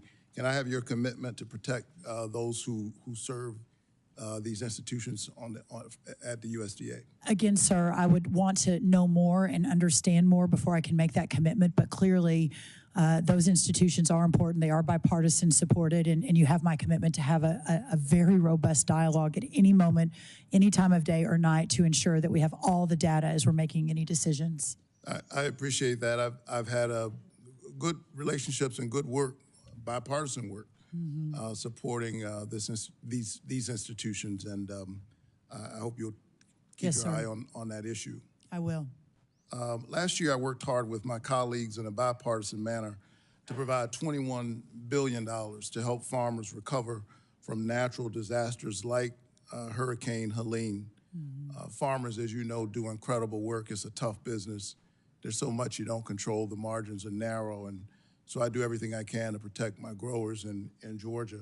I cannot overstate how critical it is for USDA to distribute this assistance, this disaster assistance to Georgia farmers as quickly as possible, but also as equitably as possible. If confirmed, briefly, because I want to get through these questions, how will you work to ensure disaster assistance is distributed both swiftly and equitably? Yes, sir, thank you, and I'll try to answer quickly so we can go on. The day I got the call from President Trump, it was Saturday, November 23rd. We were in our motorhome traveling across the country to an Aggie football game. Within a few hours of accepting the nomination, I began to immediately pivot to how do we distribute this disaster and so important economic aid, working with a few of the senators on this committee. Clearly, I am not confirmed yet, so this is going to await my arrival. But in the meantime, sir, we've already announced the undersecretary who worked on this in the last Trump administration, who is already building the team who distributed these funds, so they know what they're doing. We're not reinventing the wheel. Well, will you work with our state agriculture committee, commissioner, to ensure Georgia producers, including our foresters, have the support they need from USDA to get that assistance without having to jump through a bunch of bureaucratic hoops? Of course. And will you also commit to equitably getting that assistance to all eligible farmers, including those who've been historically left out of USDA assistance, often due to discrimination? Sir, we will follow the law and ensure that that is the case. Is that a yes or a no? Yes. So let me move on to the next subject. Thanks so much. Fighting hunger has long been a part of my life's work. Long before I was elected to the Senate. As you know, I'm a pastor, and the one miracle story that's in all the Gospels, all four, is the feeding of the 5,000. That's right. And so I constantly hear from Georgia farmers, Georgia families, about how their dollar just doesn't go as far at the grocery store as it used to. The average Georgian participating in SNAP, a food assistance program that provides critical nutrition aid to our most vulnerable families, has about $6.15 a day to spend on food. In your view, is $6.15 a day adequate to avoid hunger for Georgia families? Sir, this is a supplemental program. I am just getting my arms around it. There is few that will be in my role, if confirmed, that have a passion for this more than I do. Serving those who are most in need, as you and I discussed in your office, is a driving force of my entire life. It almost sent me to seminary, but I ended up in public policy instead. So you have my wholehearted commitment to look and ensure that the people who need this the most are receiving it in the best way possible, but at the same time ensuring that all of the tax dollars that are spent on it are also spent in the best way possible. One of the things, as these families struggle, one of the things that I'm concerned about are proposals to slash this critical assistance and create additional work verification red tape for families participating in these programs. Do you think creating more bureaucratic red tape for families will help them purchase nutritious food? I think it's extremely important that we take a wholesale look at every one of these programs and ensure that they are serving the people that are needing the programs and that they are the safety net they're truly set out to be. Obviously, I do not like the words bureaucracy or red tape, but ensuring that we have set up the appropriate lifelines and the appropriate structure so that we can get these resources to the families that need them the most. As we talk about work requirements, and I support work, I was raised by a father and a mother with commitment, who had a serious work ethic. But we want to help these families have a basic safety net. Most poor people are children. I think it's important to remember that. Most poor people are children. SNAP lifts children, seniors, veterans, and folks with disabilities out of poverty, and is proven to reduce healthcare costs and stimulate our local economies. If you are confirmed, I hope we can find ways to work together to ensure our most vulnerable families and our neighbors can afford groceries. I think, as someone, again, who preaches the parable of, not the parable, but the miracle of the feeding of the 5,000, I think it's the right thing to do, but I also think it's the smart thing to do. Yes, sir, you have my commitment, and my friend Dr. Alveda King is here, and we have spoken of that multiples of times. So looking forward to working with everyone on that. I'm her family's pastor. Yes, sir, I'm very well aware. Thank you. Senator Grassley. Yeah. Congratulations.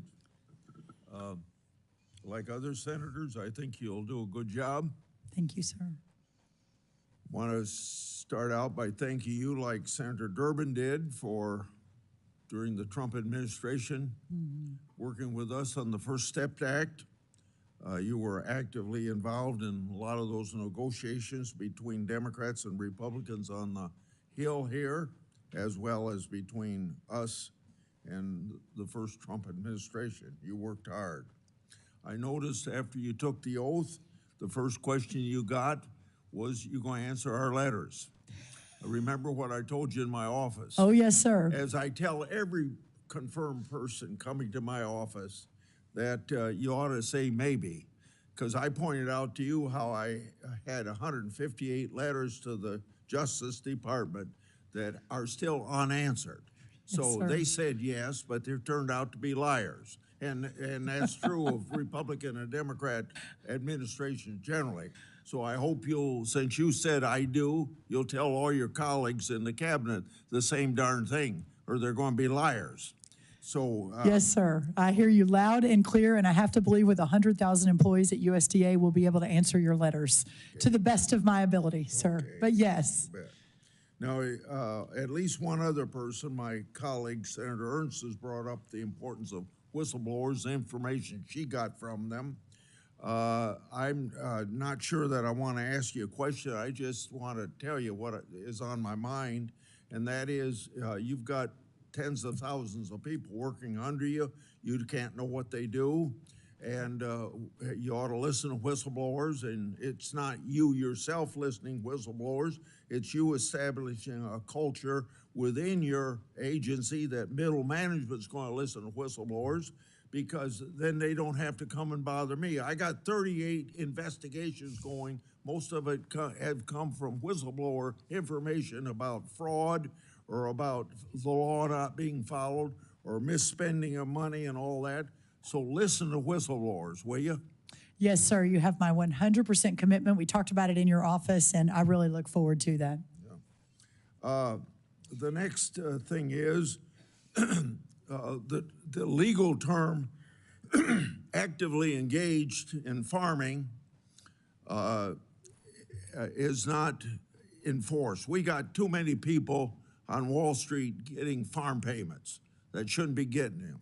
So I want you to make sure that all of this manipulation that has gone on in the Department of Agriculture under both Republicans and Democrats to dilute the term actively engaged.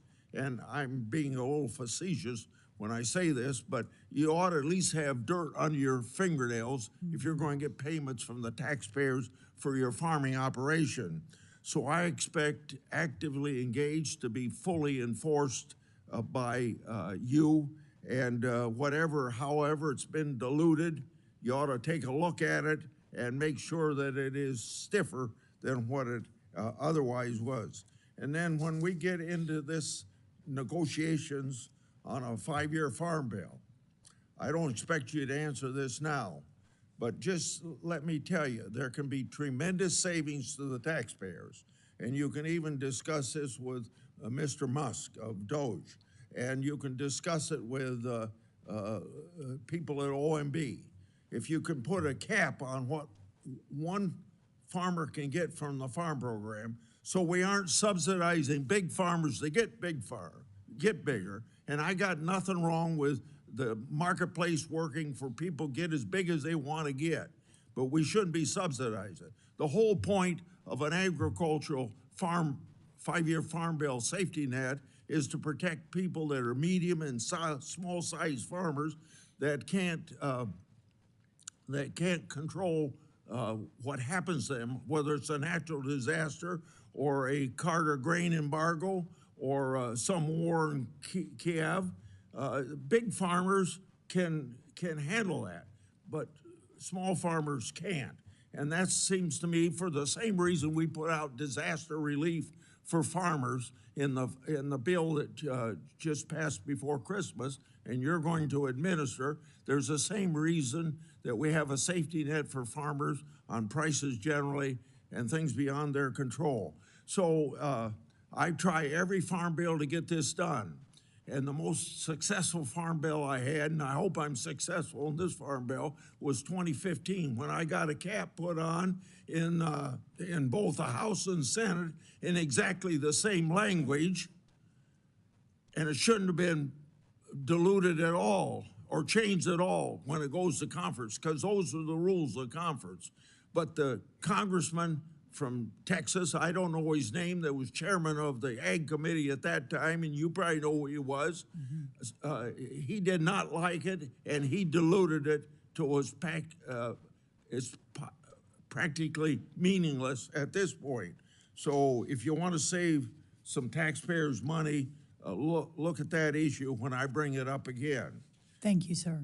Another thing is we had the first Trump administration.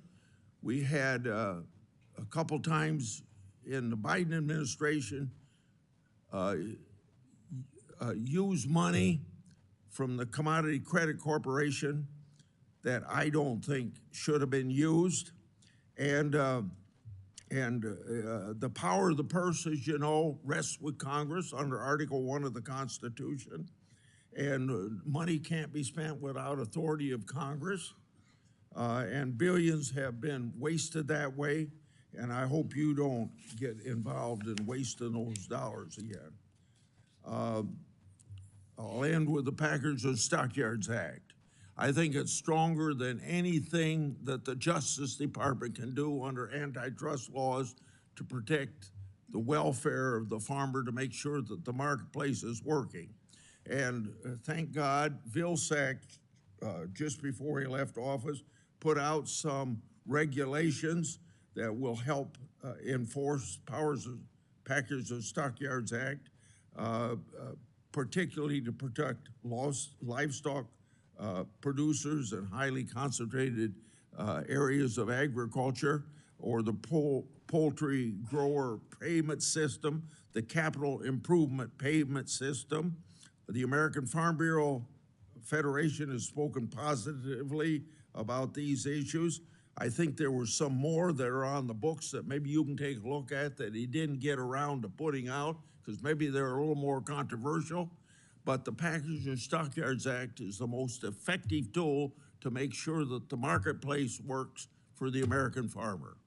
Thank you. Thank you, Senator, and I am really looking forward to working with you and continuing to move forward, and especially focusing on our small family farms in rural America. Senator Slock. Thank you. Congratulations, Mr. Chairman and Madam Ranking Chairman. I'm honored to be here as the successor of Debbie Stabenow, our esteemed former chairman, the queen of Michigan agriculture. We miss her, and I have really, really big shoes to fill there. Thank you for our conversation in my office. I appreciate your positive approach to meeting with everybody. And I have the honor to live on my family farm, which used to be beef cattle, is now soy and corn alternatively. But I'm also a former CIA officer, Pentagon official. So I really come to the Ag Committee with a sense that food security is national security, and the United States should always be able to feed itself by itself, and everything flows from there. If people agree, then there's a lot of policies that become pretty clear, the sale of our land to foreign governments or to private equity, all of those things. So I think that's the approach that I tend to take. I'm also from Michigan. We're not Kansas. We're not Iowa. We are specialty crops, right? We have the second most diverse agricultural sector in the country after California. We take pride in not doing monocropping and doing a lot of fruits and vegetables and a lot of other things. So this is why I'm particularly concerned about the tariffs. Everyone's talking about tariffs. Mr. Trump is throwing them around, and I just want to review the bidding to make sure, particularly with your agency, that we're all on the same page on what happened the last time President Trump put on tariffs, what happened specifically to our farmers. So just to review the bidding, President Trump announced 25% tariffs on Chinese products, batteries, TVs, medical devices. Again, I certainly understand the instinct as a CIA officer, right? I want to push back on China. China retaliated and put 25% tariffs on soybeans, fruits, pork, and some other items. Then we got into a trade war. We started adding more things to the list. They started adding more things to the list. It went on and on and on and back and forth. Suddenly our farmers across the country are screaming bloody murder because the markets that they used to have access to, no one wanted to buy our stuff because it had that 25% tariff. We felt that very acutely. So what did we do? Because we felt, under the Trump administration, people rightfully felt like our farmers were getting the shaft here. They raided the CCC account, the emergency rainy day account that you will have, control over, for $23 billion to give subsidies to our farmers. So we put on the tariff, got into a trade war, ended up, our farmers were in trouble, we paid them off. And everyone's here has said, no farmer wants a subsidy, they want to work, right? They want to get paid a fair rate for their crop. That emergency fund is the same fund that helps us with things like avian flu that we're now dealing with all over the country. So you can imagine, as a Michigander, the throwing around of tariffs, particularly with Canada, Mexico, a bunch of other places. I'm trepidatious that this is going to come back to our farmers. And when you get confirmed, and it looks like you will swear an oath to the Constitution of the United States, not to President Trump. So can you say, I know you've said it, but for the Michiganders watching, that you will throw your body in front of the bus to make sure that any political talking point on tariffs that may sound good is actually truly tested against how it will impact our farmers, like it was not last time around. Senator, I appreciate your passion. I share it. And I think we are similar in a lot of ways. And yes, my commitment is that there will be no sleeping, that we will work around the clock to ensure that our ag communities across this country are represented in those discussions and at the table. And I will do everything in my power to elevate, preserve, honor, conserve that backbone of America. Yeah, I just want to know that, you have a good relationship with President Trump, and that's a value add. So use it to help our farmers, not just a political talking point. We all want to punch back on China, most of us. Mm-hmm. But it's got to fit reality here and not end up boomeranging on us like it did last time. Next is avian flu. We talked about this as well in my office. Michigan has been dealing with this. Lots of states around the country are dealing with it. We've had human beings, a few getting ill, one passed away. We now see it in cats, household pets that are eating birds that have it, that kind of thing.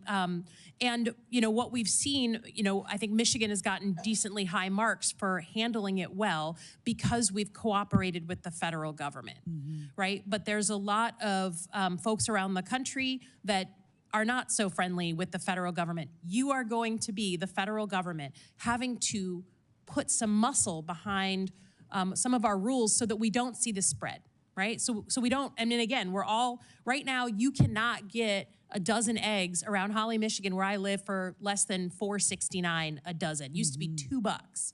So please tell me what you're going to do in the federal government role that you're about to take to make sure that we stem the spread of avian flu, even to states and farmers who are not so friendly with the federal government. Yeah. Thank you, Senator. And I do remember our conversation. It is certainly a top priority. I know in my opening remarks, it is one of my top 4 priorities on day one, putting the right team in place to ensure that, that what you discussed and outlined is happening. I do believe that with my depth of experience with working at all levels of government, specifically at the state level. I've been working closely, I believe probably mostly Republican, maybe all Republican, but all the ag commissioners I'm already in contact with, and if confirmed, will continue to work closely with them.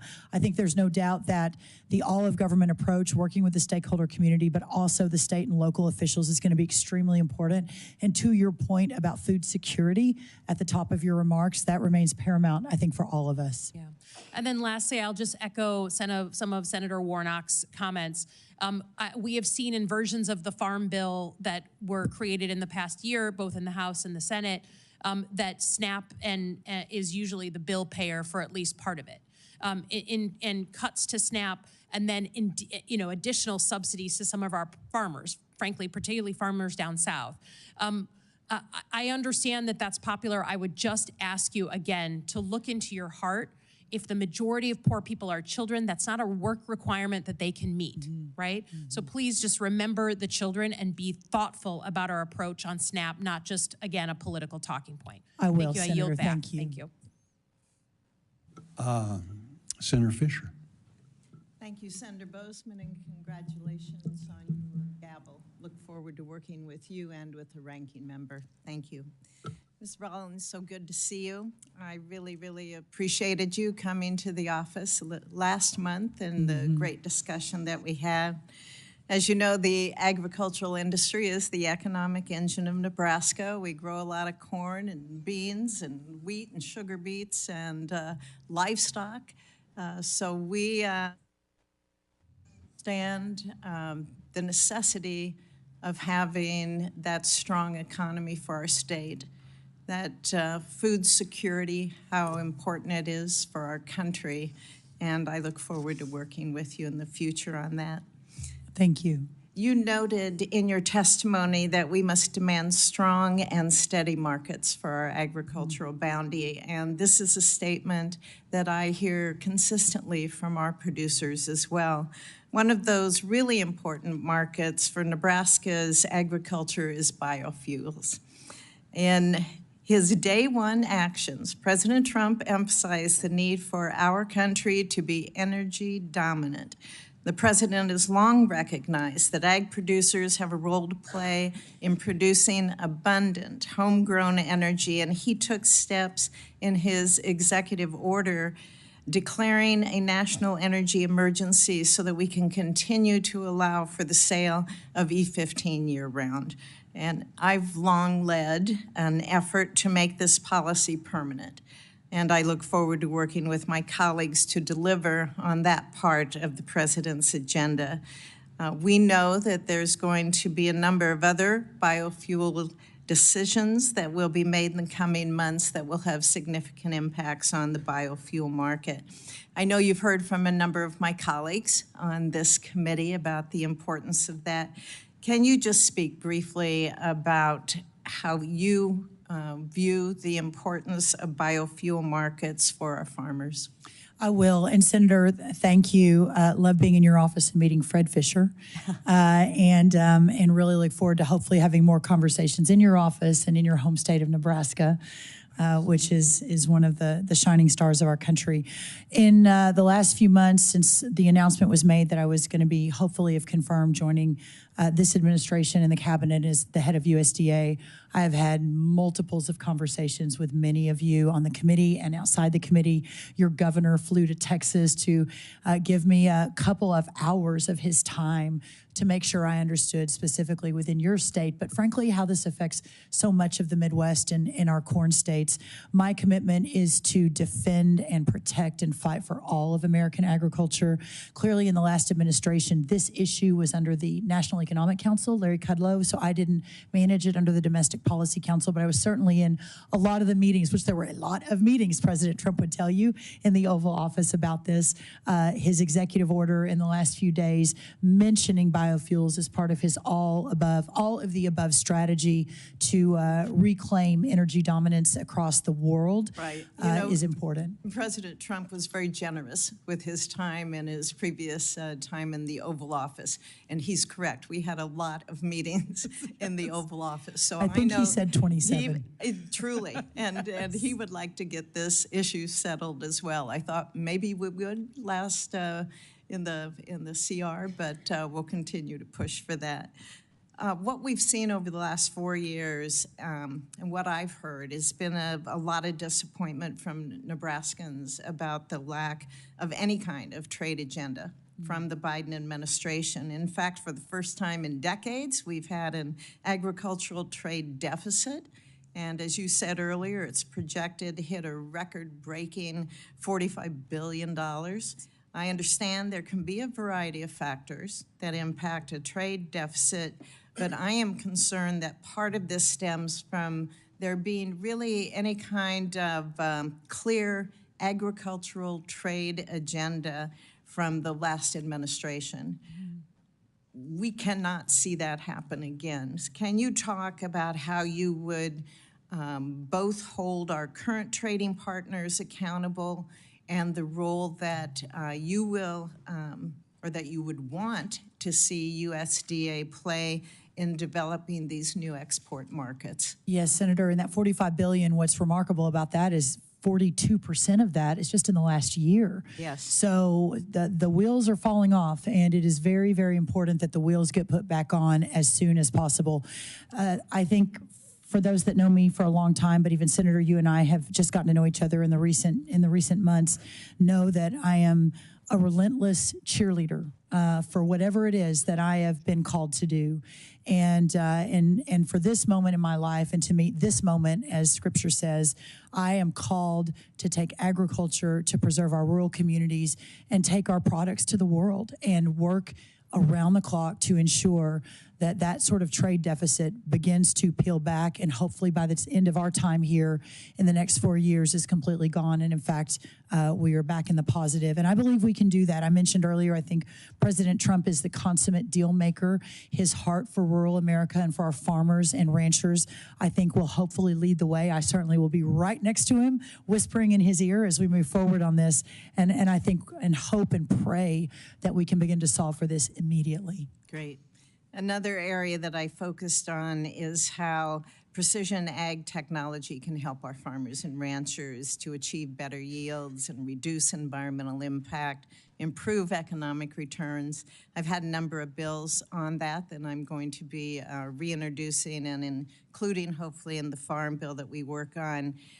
Additionally, myself and really the entire Nebraska delegation, along with the University of Nebraska at Lincoln, have been working in a very close partnership with the Ag Research Service on the National Center for Resilience and Regenerative Precision Ag at the University Innovation Campus. And last May, we broke ground on that facility, and I hope that I can continue to work with you to make sure that we get that facility completed. Can I get your commitment to continue working with me on this facility? Can I get your commitment to come to Nebraska? We had Sonny Perdue out at the ranch and had a great barbecue with neighbors. We can do that. And then another trip, we can get you to Lincoln and see the ARS facility, what we're doing there. That would be my great honor. Great. Thank you. Thank you, Senator. Senator Lujan. Thank you, Mr. Chairman. Representative, welcome to the committee, Representative Kerwin. I know that most folks have been recognizing you, but we just want to say welcome. I look forward to working with you in whatever capacity we can. My late father also served in the New Mexico legislature and very much appreciated some of those good projects that he had with some of the new family, if you will, the extended family of members from Texas I got to know as a young person. So welcome to the committee. Mrs. Rollins, thank you for being here. I very much appreciated the conversation that we had in the office as well. And one of the areas I shared in our conversation is something that I hold deeply as I expressed to you, which is that every American should be able to have food on their table. No one should go hungry in America, no matter what zip code or area code they live in, or no matter how much money they make. I appreciated my colleagues raising issues in some of these areas with nutritional programs. And given the important role that the Secretary of Agriculture plays in administering federal nutritional programs, I'd like to better understand your vision for them. Now, I did my due diligence to go through the America First Policy Institute's documents, but I wasn't able to find anything that I could digest. It's probably the wrong word to use. When it comes to addressing hunger in America, yes. Do you agree that in America that, let me ask it this way. Do you believe that in an America that is truly great, that our children don't go hungry at night? Yes.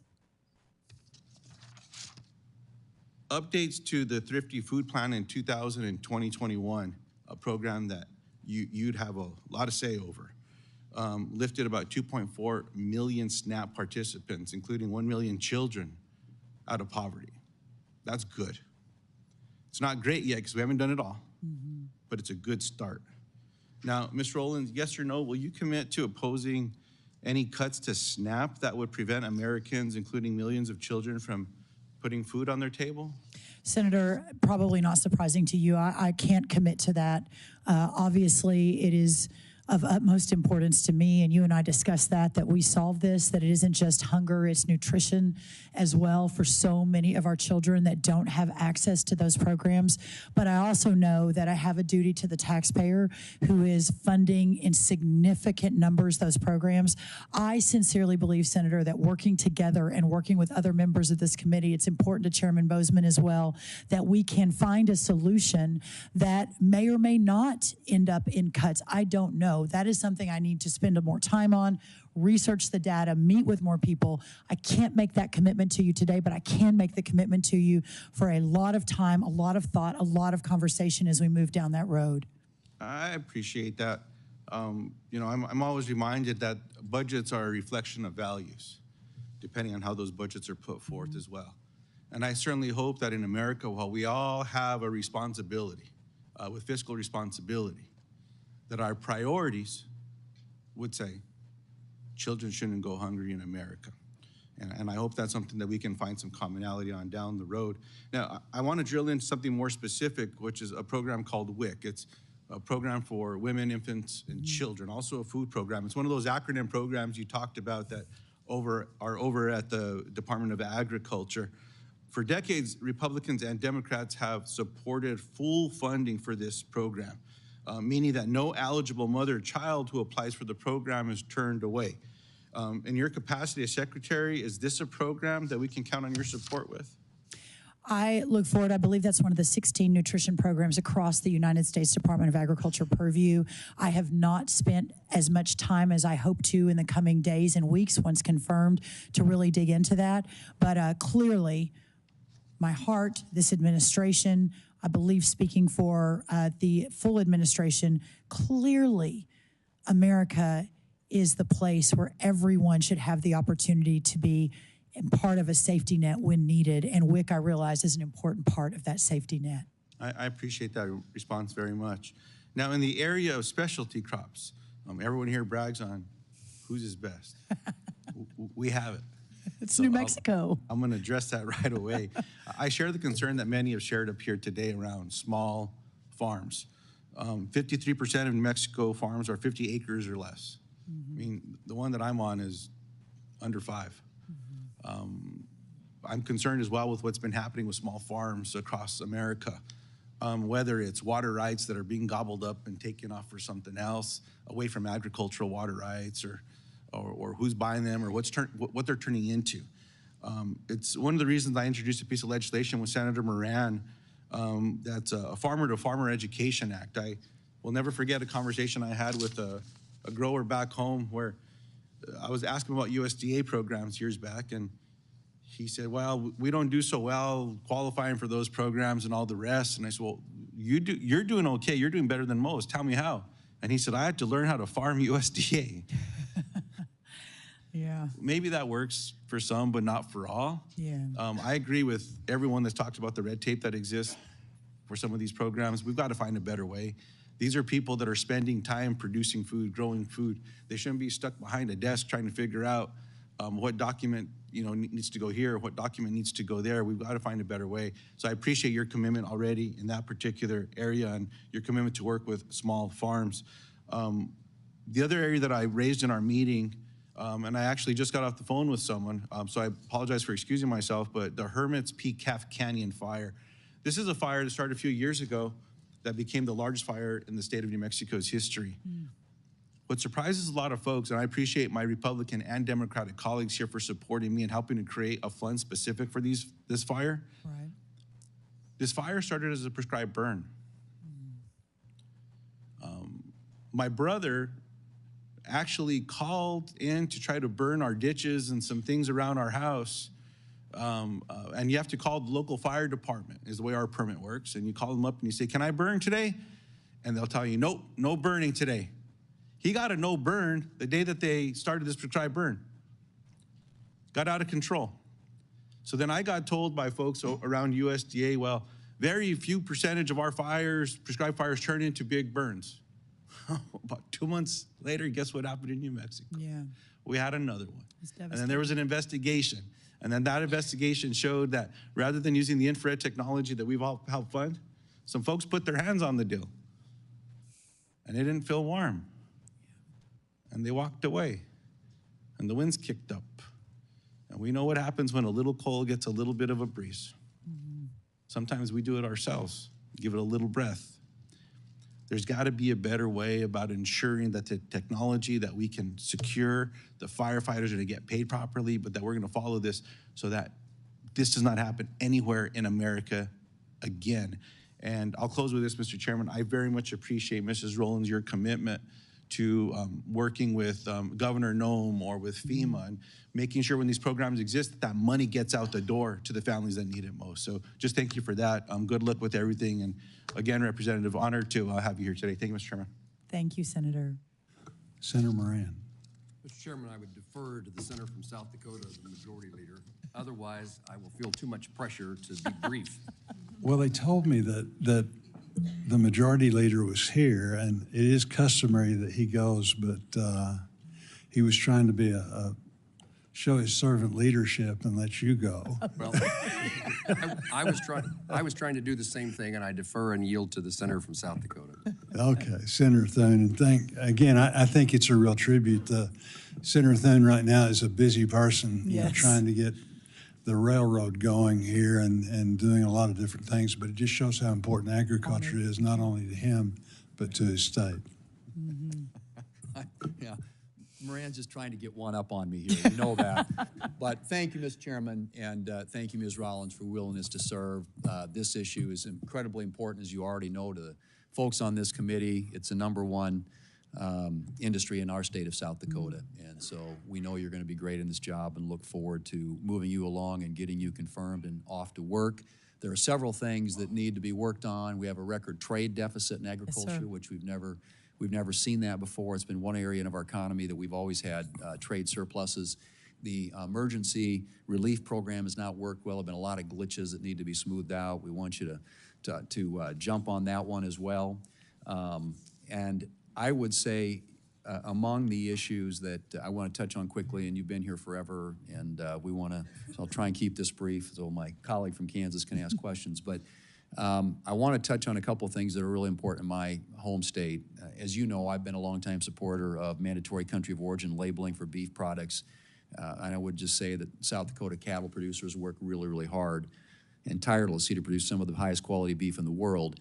The system in which producers operate needs to be fair and transparent, which is, I think it's critical that we take the steps to pass legislation tasking USDA and USTR to find a path forward on mandatory country of origin labeling. So if confirmed, will you commit to working closely with my office as well as with the U.S. Trade Rep to ensure a WTO compliant path forward for mandatory country of origin labeling? Yes, sir. I look forward to that, and hopefully I can be a value add and a consensus-driven approach to that. And I really appreciate your leadership and passion for this. Thank you. Appreciate that very much. We'll look forward to that. As you know, the Black Hills is an important timber producer, and timber processors and communities depend upon the Forest Service for nearly 80% of their raw material. And in turn, the Forest Service depends on the capacity of the processors to care for and manage the forest. And I know this has been touched on already, but I want to talk specifically about the Black Hills. Since 2019, the timber sale program on the Black Hills Forest has been cut drastically. In fact, sales announced for this fiscal year are approximately 25% of what is allowed for in the current forest plan. In 2021, one of the three primary sawmills in the Black Hills closed, citing a lack of U.S. Forest Service timber sales as the primary factor. And today, the remaining sawmills are operating at 50%, incurring financial losses and trucking in material from other states. This is not sustainable. The Biden administration policies have decimated the timber industry, forest products industry in the Black Hills of South Dakota, and it's not sustainable for companies, communities, or frankly, for that matter, for the National Forest. We have got to manage our forest in a way that reduces the wildfire risk that exists out there. We're starting to see evidence of another pine beetle epidemic in the Black Hills. And so I guess my question is, if confirmed, will you commit to work with us quickly and the entire delegation of the Black Hills National Forest footprint and the forest products industry to understand the issues at hand and to give much needed attention and priority and hopefully relief to what is a very dire situation in the Black Hills National Forest? Yes, sir. I've become acutely aware that not just in your home state, but in multiples of home states, this industry is just being decimated by current policies. I believe I speak for the larger administration and President Trump that that is unacceptable, and whatever we need to do within reason and within the law to turn the ship on that, you have my full commitment and as much time as I can possibly give building the best team, getting our undersecretary in this arena confirmed as soon as possible.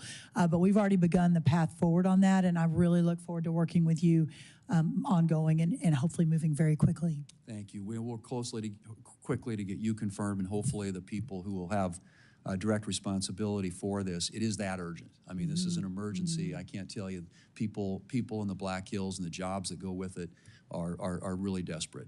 All right, finally, on the beginning farmers, it's challenging, I think, as you know, because of some of the barriers to entry to get into agriculture. And so making that easier, not harder, and less expensive, not more expensive, is something that we've really focused on.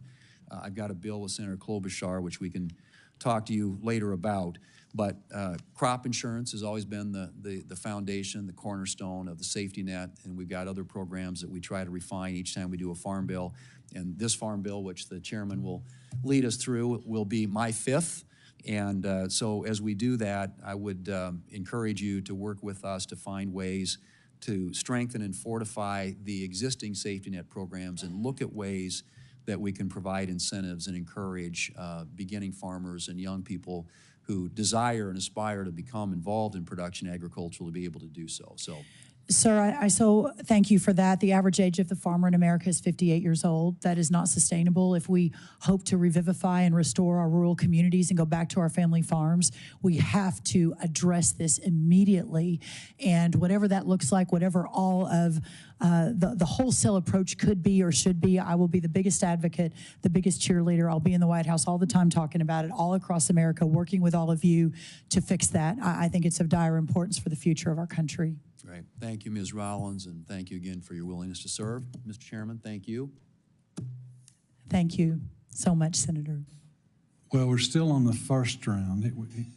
Senator Schiff's already gone, so Senator Moran. Chairman, thank you, and Senator Thune, thank you. I'm pleased to be a new member of the Senate Agriculture Committee, and it took a waiver that probably involved the majority leader's approval, so I'm pleased to now have that debt clear. Yes, you're all free. I'm all free. Ms. Rollins, thank you very much for the conversation we had in the office. Thank you for your interest in serving. I want to run through, I hope, maybe 5 things that I want to talk about briefly, some of which we did talk in person. But first of all, it's been described here the dangerous and dramatic circumstances that farmers and ranchers find themselves in across the country. It's certainly true in Kansas. We have the same difficulties that everybody else has across the country with high input costs and low commodity prices. But I would add that almost 80% of the counties in Kansas are in a drought circumstance. And so you add to the problems that we can't grow a crop is dramatic. This is the least amount of wheat harvested in Kansas since 1961. And so there are significant challenges. It highlights what Senator Thune said about the importance of our risk management program, crop insurance, and it is perhaps as important as anything else that we will do. But our failure to pass a farm bill, and one of the reasons that I'm excited about to be on the Senate Agriculture Committee is this really does have to be our shot at getting the farm bill done. I can't imagine there can be another excuse, and we'll have an administration that's cheering us on, and Senator Bozeman and Senator Klobuchar are 2 people I think that we'll see work together, and I pledge to do my part to accomplish that. But as a result of no farm bill and all these other problems, we passed disaster assistance, economic and natural disaster. I just want to again remind you the timeliness. Our farmers are going to their bankers, have been to their bankers. There is not time for a farmer to have to wait to see what the consequences were. If we could predict, if you at USDA could tell farmers how the program is going to be administered, even before the checks are determined, that would be very valuable as they put it into their planning process, helpful to them and helpful to their banker. But I would remind you that in my view, and I think my colleagues, certainly my farmers at home, the way that disaster assistance was implemented in 2022 did not help the farmers who suffered the greatest losses. So the way that your predecessor implemented the disaster payments was very damaging, very discouraging, very disappointing. And we would ask you to do so to implement as the payments were determined in the 2018-2019 crop years. USDA dispersed the way that, and in addition to asking that question, you would also be complying with congressional law and intent. Yes, sir. We worked hard to make clear that whoever the Secretary of Agriculture was in whatever administration, they couldn't go back and do it the way that provided almost very little disaster assistance. So that's number one, and if you happen to tell me yes. I would, yes, and since we have Senator Thune still here, the quicker we can get our undersecretary approved in that lane, the quicker we will be able to move. Obviously, my confirmation as well, if approved, and I'll be honored. But we have already begun putting the team together that did this work under the President Trump first administration. Hopefully, my thought was that we won't have to reinvent the wheel. We can immediately begin moving. So that is my commitment, and again, I'll work all hours to ensure that that happens. Thank you for that answer. I also want to again highlight a few words that I mentioned in our conversation in the office. The National Bio and Agro Defense Facility. Yes, sir. So in Manhattan, Kansas, near Kansas State University, is this national center created as a result of the fear of an introduction of some entity, something into our food supply system that would be a terrorist act, and do we have the capability scientifically to respond? And that facility is a $1.5 billion facility. It employs 400 people, and it has greater potential than what has been developed between the Department of Homeland Security and the Department of Agriculture. And it has been transferred to USDA. It's your responsibility. And I would like if you could give me a point person now or a few days from now in which could become my point person on the National Bio-Agro-Science Facility. Yes, sir. I can't do it right at this moment, but I will absolutely get that to you as soon as I have the ability to do that. I don't know if I have to wait to be confirmed. If I don't, you will get that right away. If I do, hopefully that will come upon confirmation very soon. It seems to me that we should be working for your fast confirmation. That seems like a really good idea. Talked about. Let me highlight NIFA and ERS. So the Trump administration in the past decided that they wanted to help put departments, agencies, federal employees across the country, not totally centered here in Washington, D.C., the nation's capital. And NIFA and ERS agencies were moved to Kansas City. And there is, I think what happened is in the circumstances here in Washington, D.C., there were 650 or 700 employees. I'm told that there are 400 employees now in Kansas City, but I'm also, at least by press reports, only 20% of the people are actually working in the office. So if we want to have the kind of consequence in reviving rural America, other places in the country, this is certainly a Kansas issue, but it's a Kansas, Missouri, Nebraska, Iowa, where sometimes our farm kids can't get a job back on the farm, can't return to the family farm, but they want to work in agriculture, or it's a spouse of somebody who's on the farm. And having those agencies and their employees in places like Kansas and Missouri and Iowa and Nebraska creates opportunities that would not otherwise exist. And so, in my view, the purpose of the move was defeated in the reality of telling people, well, you stay in DC and work from home. And that fits in with what a conversation a number of us had about actually getting USDA and other federal employees back in the office. I 100% agree with you. I am extremely excited to get our workforce back into the office, whether it's here in Washington or out across the country. I think that in the business that we are in at USDA, a customer business, and being available for our customers, whether that is up in Senator Welch's Vermont or my Texas or wherever it is, your Kansas, that we have people in the office. So that will be a very big priority of mine. Thank you. I'm involved in SAF, Renewable Aviation Fuel. We have introduced legislation, Farm to Fly. It has been made a part of the draft of both the House and Senate farm bills. And I would just ask your awareness that there is an opportunity for agriculture across the country as we begin to fuel the aviation industry.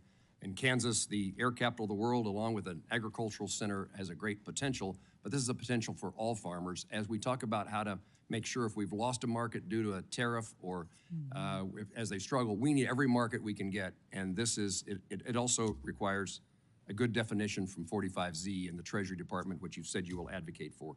Finally, we have an ARS center, a research center in Manhattan, Kansas. The University of Kansas State University has a tremendous amount of agricultural research, and we would like to see cooperation between the two, including potentially the co-location of their work. The facilities for ARS are nothing that they should be. There's a lot of work that needs to be done, and there's a number of us including the chairman of the committee, who are members of the Appropriations Committee for the Department of Agriculture, and we want to help you get better facilities, and I would just like to highlight the need for cooperation. If we're going to build a better or expand a facility, can we do it in conjunction with the local university and get the bigger bang for the buck?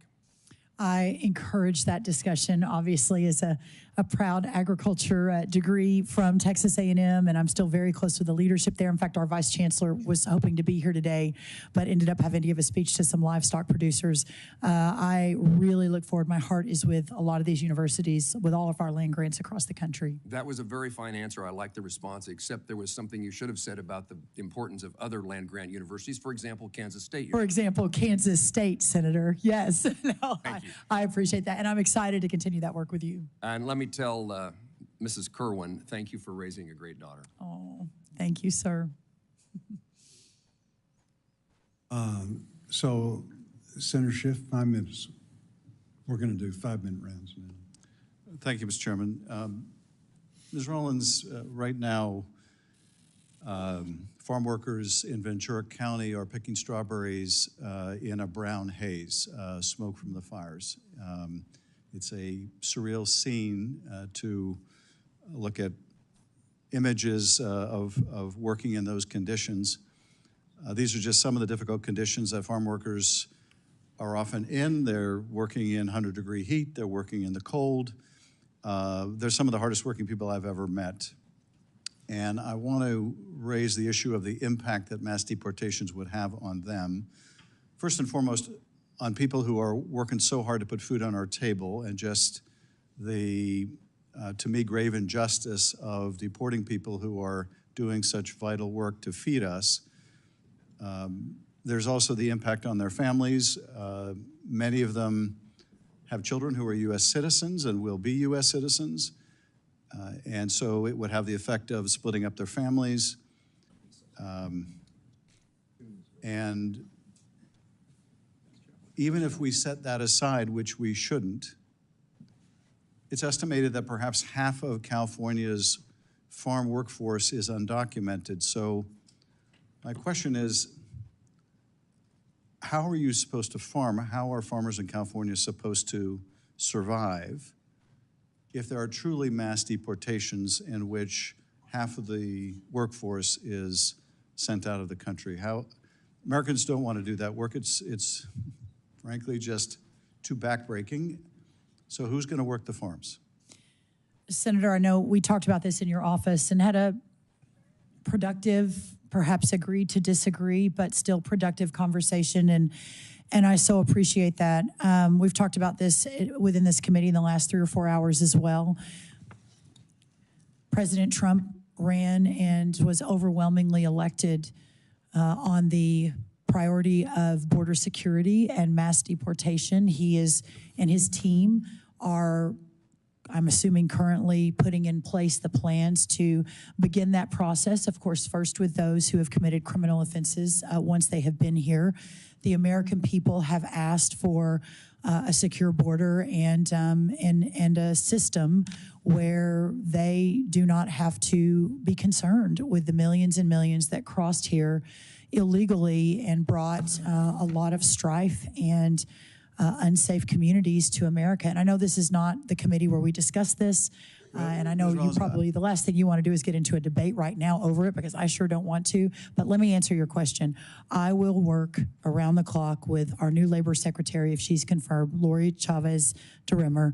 There is obviously, I think everyone would agree, H-2A important changes that need to be made to recognize within the agriculture community the importance of a strong labor force. Well, I still want to get back to my question, though. If they're gone, who's going to do that work? Well, sir, we don't know, first of all, whether who they are, right? I mean, we all throw numbers around like 40%, 50%, 60%. The answer is we just don't know.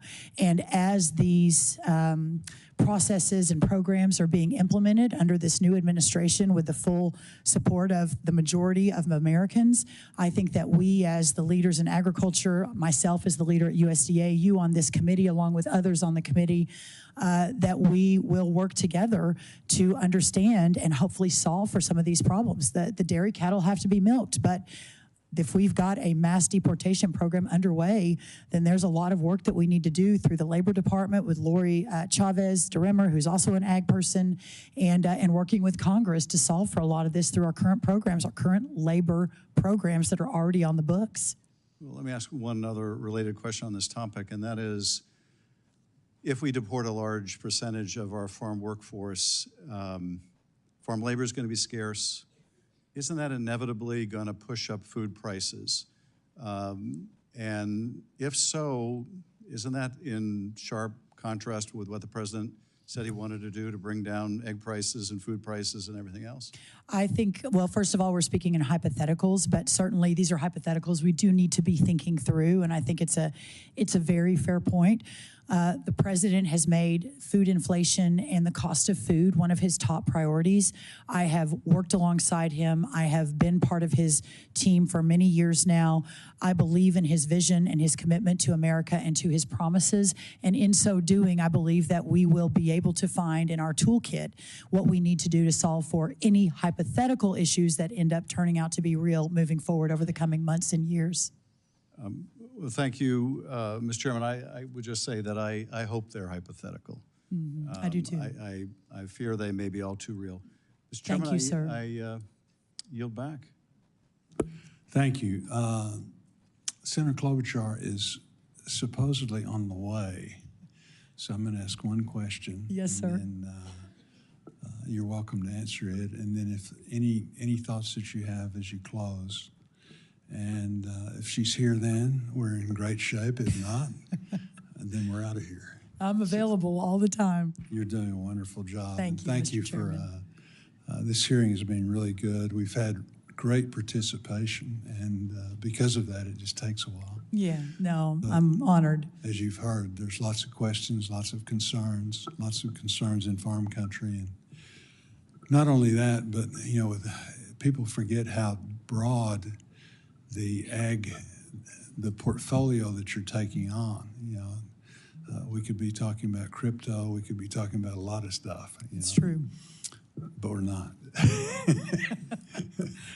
But let me just ask you one thing about that I don't think has come up is the fact that America's producers depend on USDA's voluntary, locally led conservation programs and conservation technical assistance to implement the most effective conservation practices that meet their operations' unique resource concerns. Unfortunately, in recent years, the focus has identified a lot of other things that may be a top-down approach of pushing, prioritizing carbon sequestration, related activities over water quality, erosion control, and drought mitigation.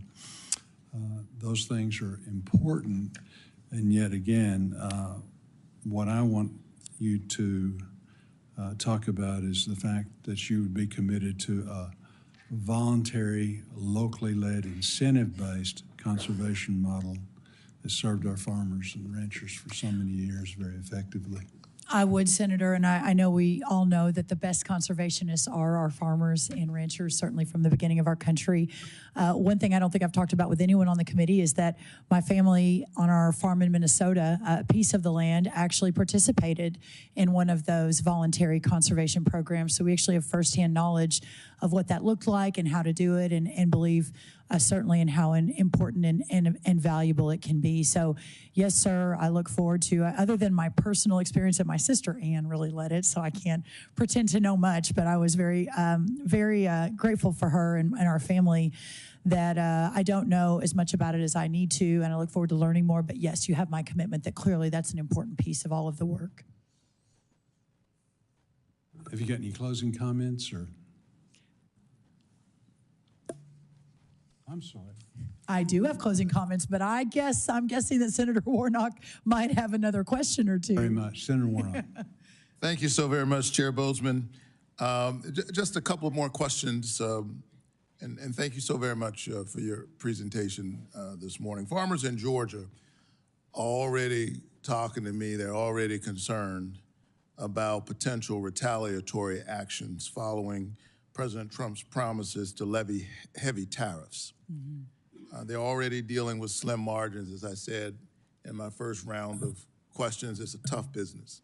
So much you don't control, and it's not difficult to find yourselves in trouble. They're dealing with slim margins due to high input costs, and the last thing they need is to be caught up in the middle of a trade war that could drive up food prices for all of us.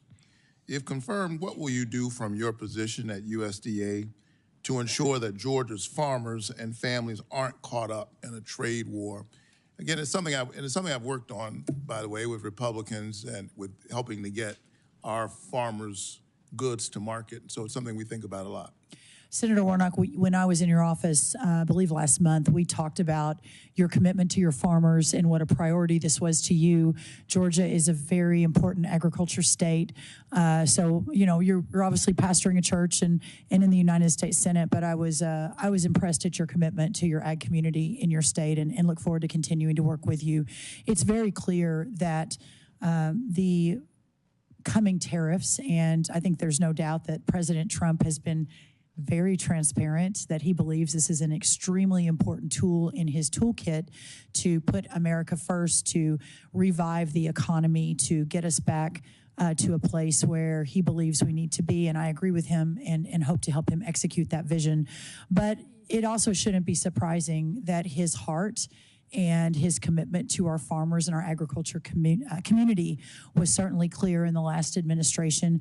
The number one answer from my perspective is working around the clock to expand market access and working on new trade deals and getting new partners from around the world. I have an undersecretary already named, hopefully get him confirmed, maybe committed and confirmed, Chairman Bozeman, but to get to him confirmed very, very quickly so we can begin to build those teams. The president is a consummate deal maker, and I feel very confident we'll be able to expand those markets, begin to peel back the trade deficit, and get back to trade surpluses, which I know we're used to. But immediately moving into the distribution of disaster relief, economic relief, the new farm bill that's coming out. I've already announced the undersecretary and put the team in place to be able to deploy that. Let me press on, just so I have all of the time.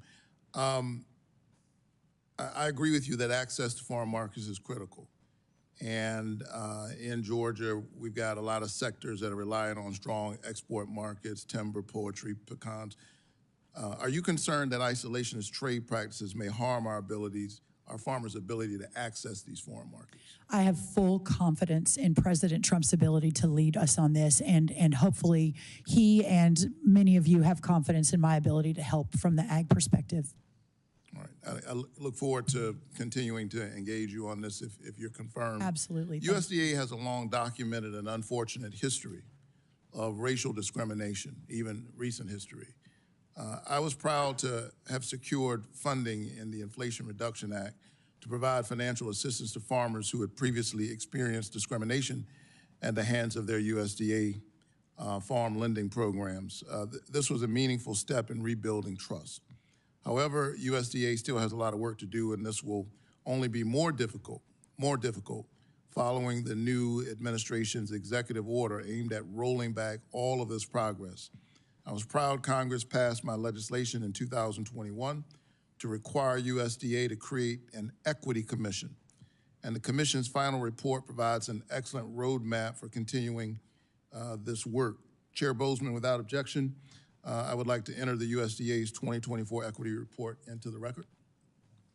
Thank you so much. When we met last month, you promised to read the equity report. Have you gotten a chance to read it yet? 90 pages and 66 recommendations, yes, sir. Now, that has been about a little over a month ago, so please don't ask me to quote page 66, but yes. I'm glad you got a chance to read it. I understand it's been removed from the website or there's not access to it. I'm glad you got a chance to read it. Will you seriously consider the recommendations of the Equity Commission's report if you're confirmed? Senator, let me answer this way. I was really appreciative of the conversation. For me, more knowledge is always best. Understanding where everyone comes from, whether I agree or disagree, recognizing what's in the past is important, but also realizing the path ahead and how we forge the path. Will you consider the recommendations?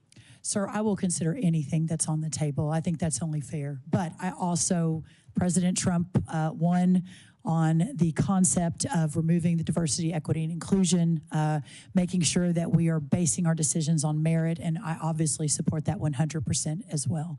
But I look forward, Senator, to continuing to talk about this, and my friend Alveda has long talked to me about the plight of black farmers in Georgia and other places around the country, and I'm always open to discussions, always. And may I say, there is no room for racism at the United States Department of Agriculture or any agency. In that regard, will you commit to recruiting more diverse employees who understand these communities, have relationships with these communities, so that we build trust between these communities and the lending office? Sir, my commitment is to recruit the best workforce in the history of the United States Department of Agriculture, period, full stop. I believe that will include many members of all different corners of our country.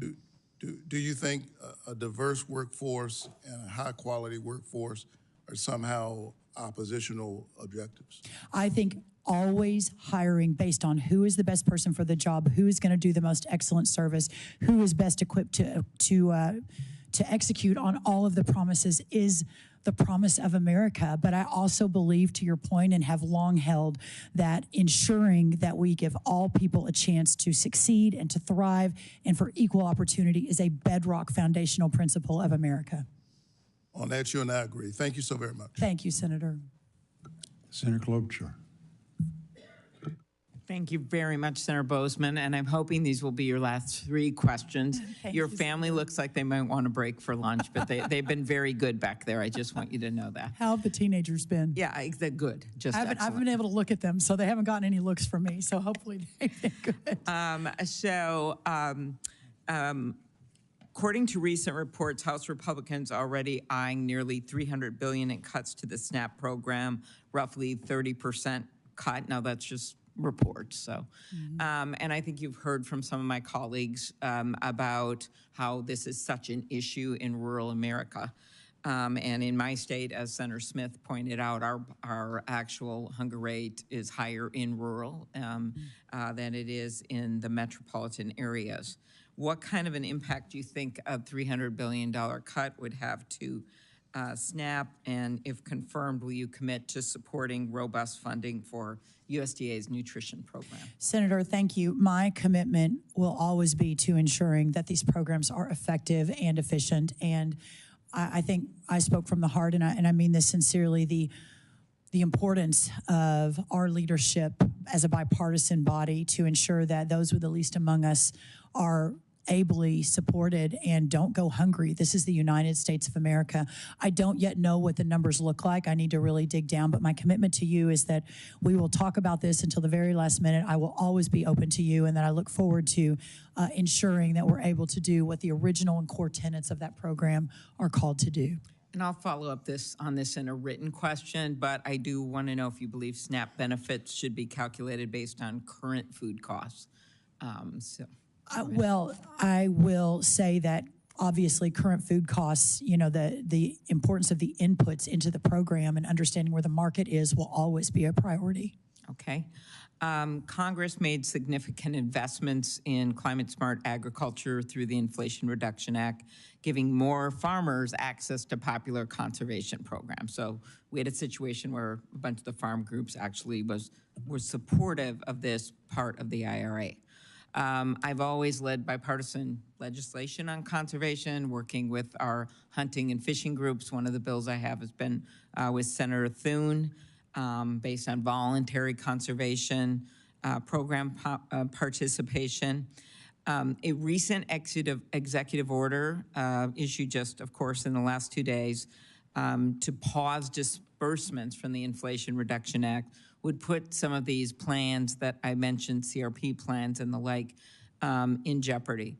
What is your understanding of the impact of these executive orders, and will these orders to slow IRA disbursements impact farmers looking to use voluntary conservation programs? My commitment is to obviously understand exactly what the target and the goal of that executive order is. I have not been read in on that yet, but I will be. And then ensuring that that aligns with what is stated in that executive order.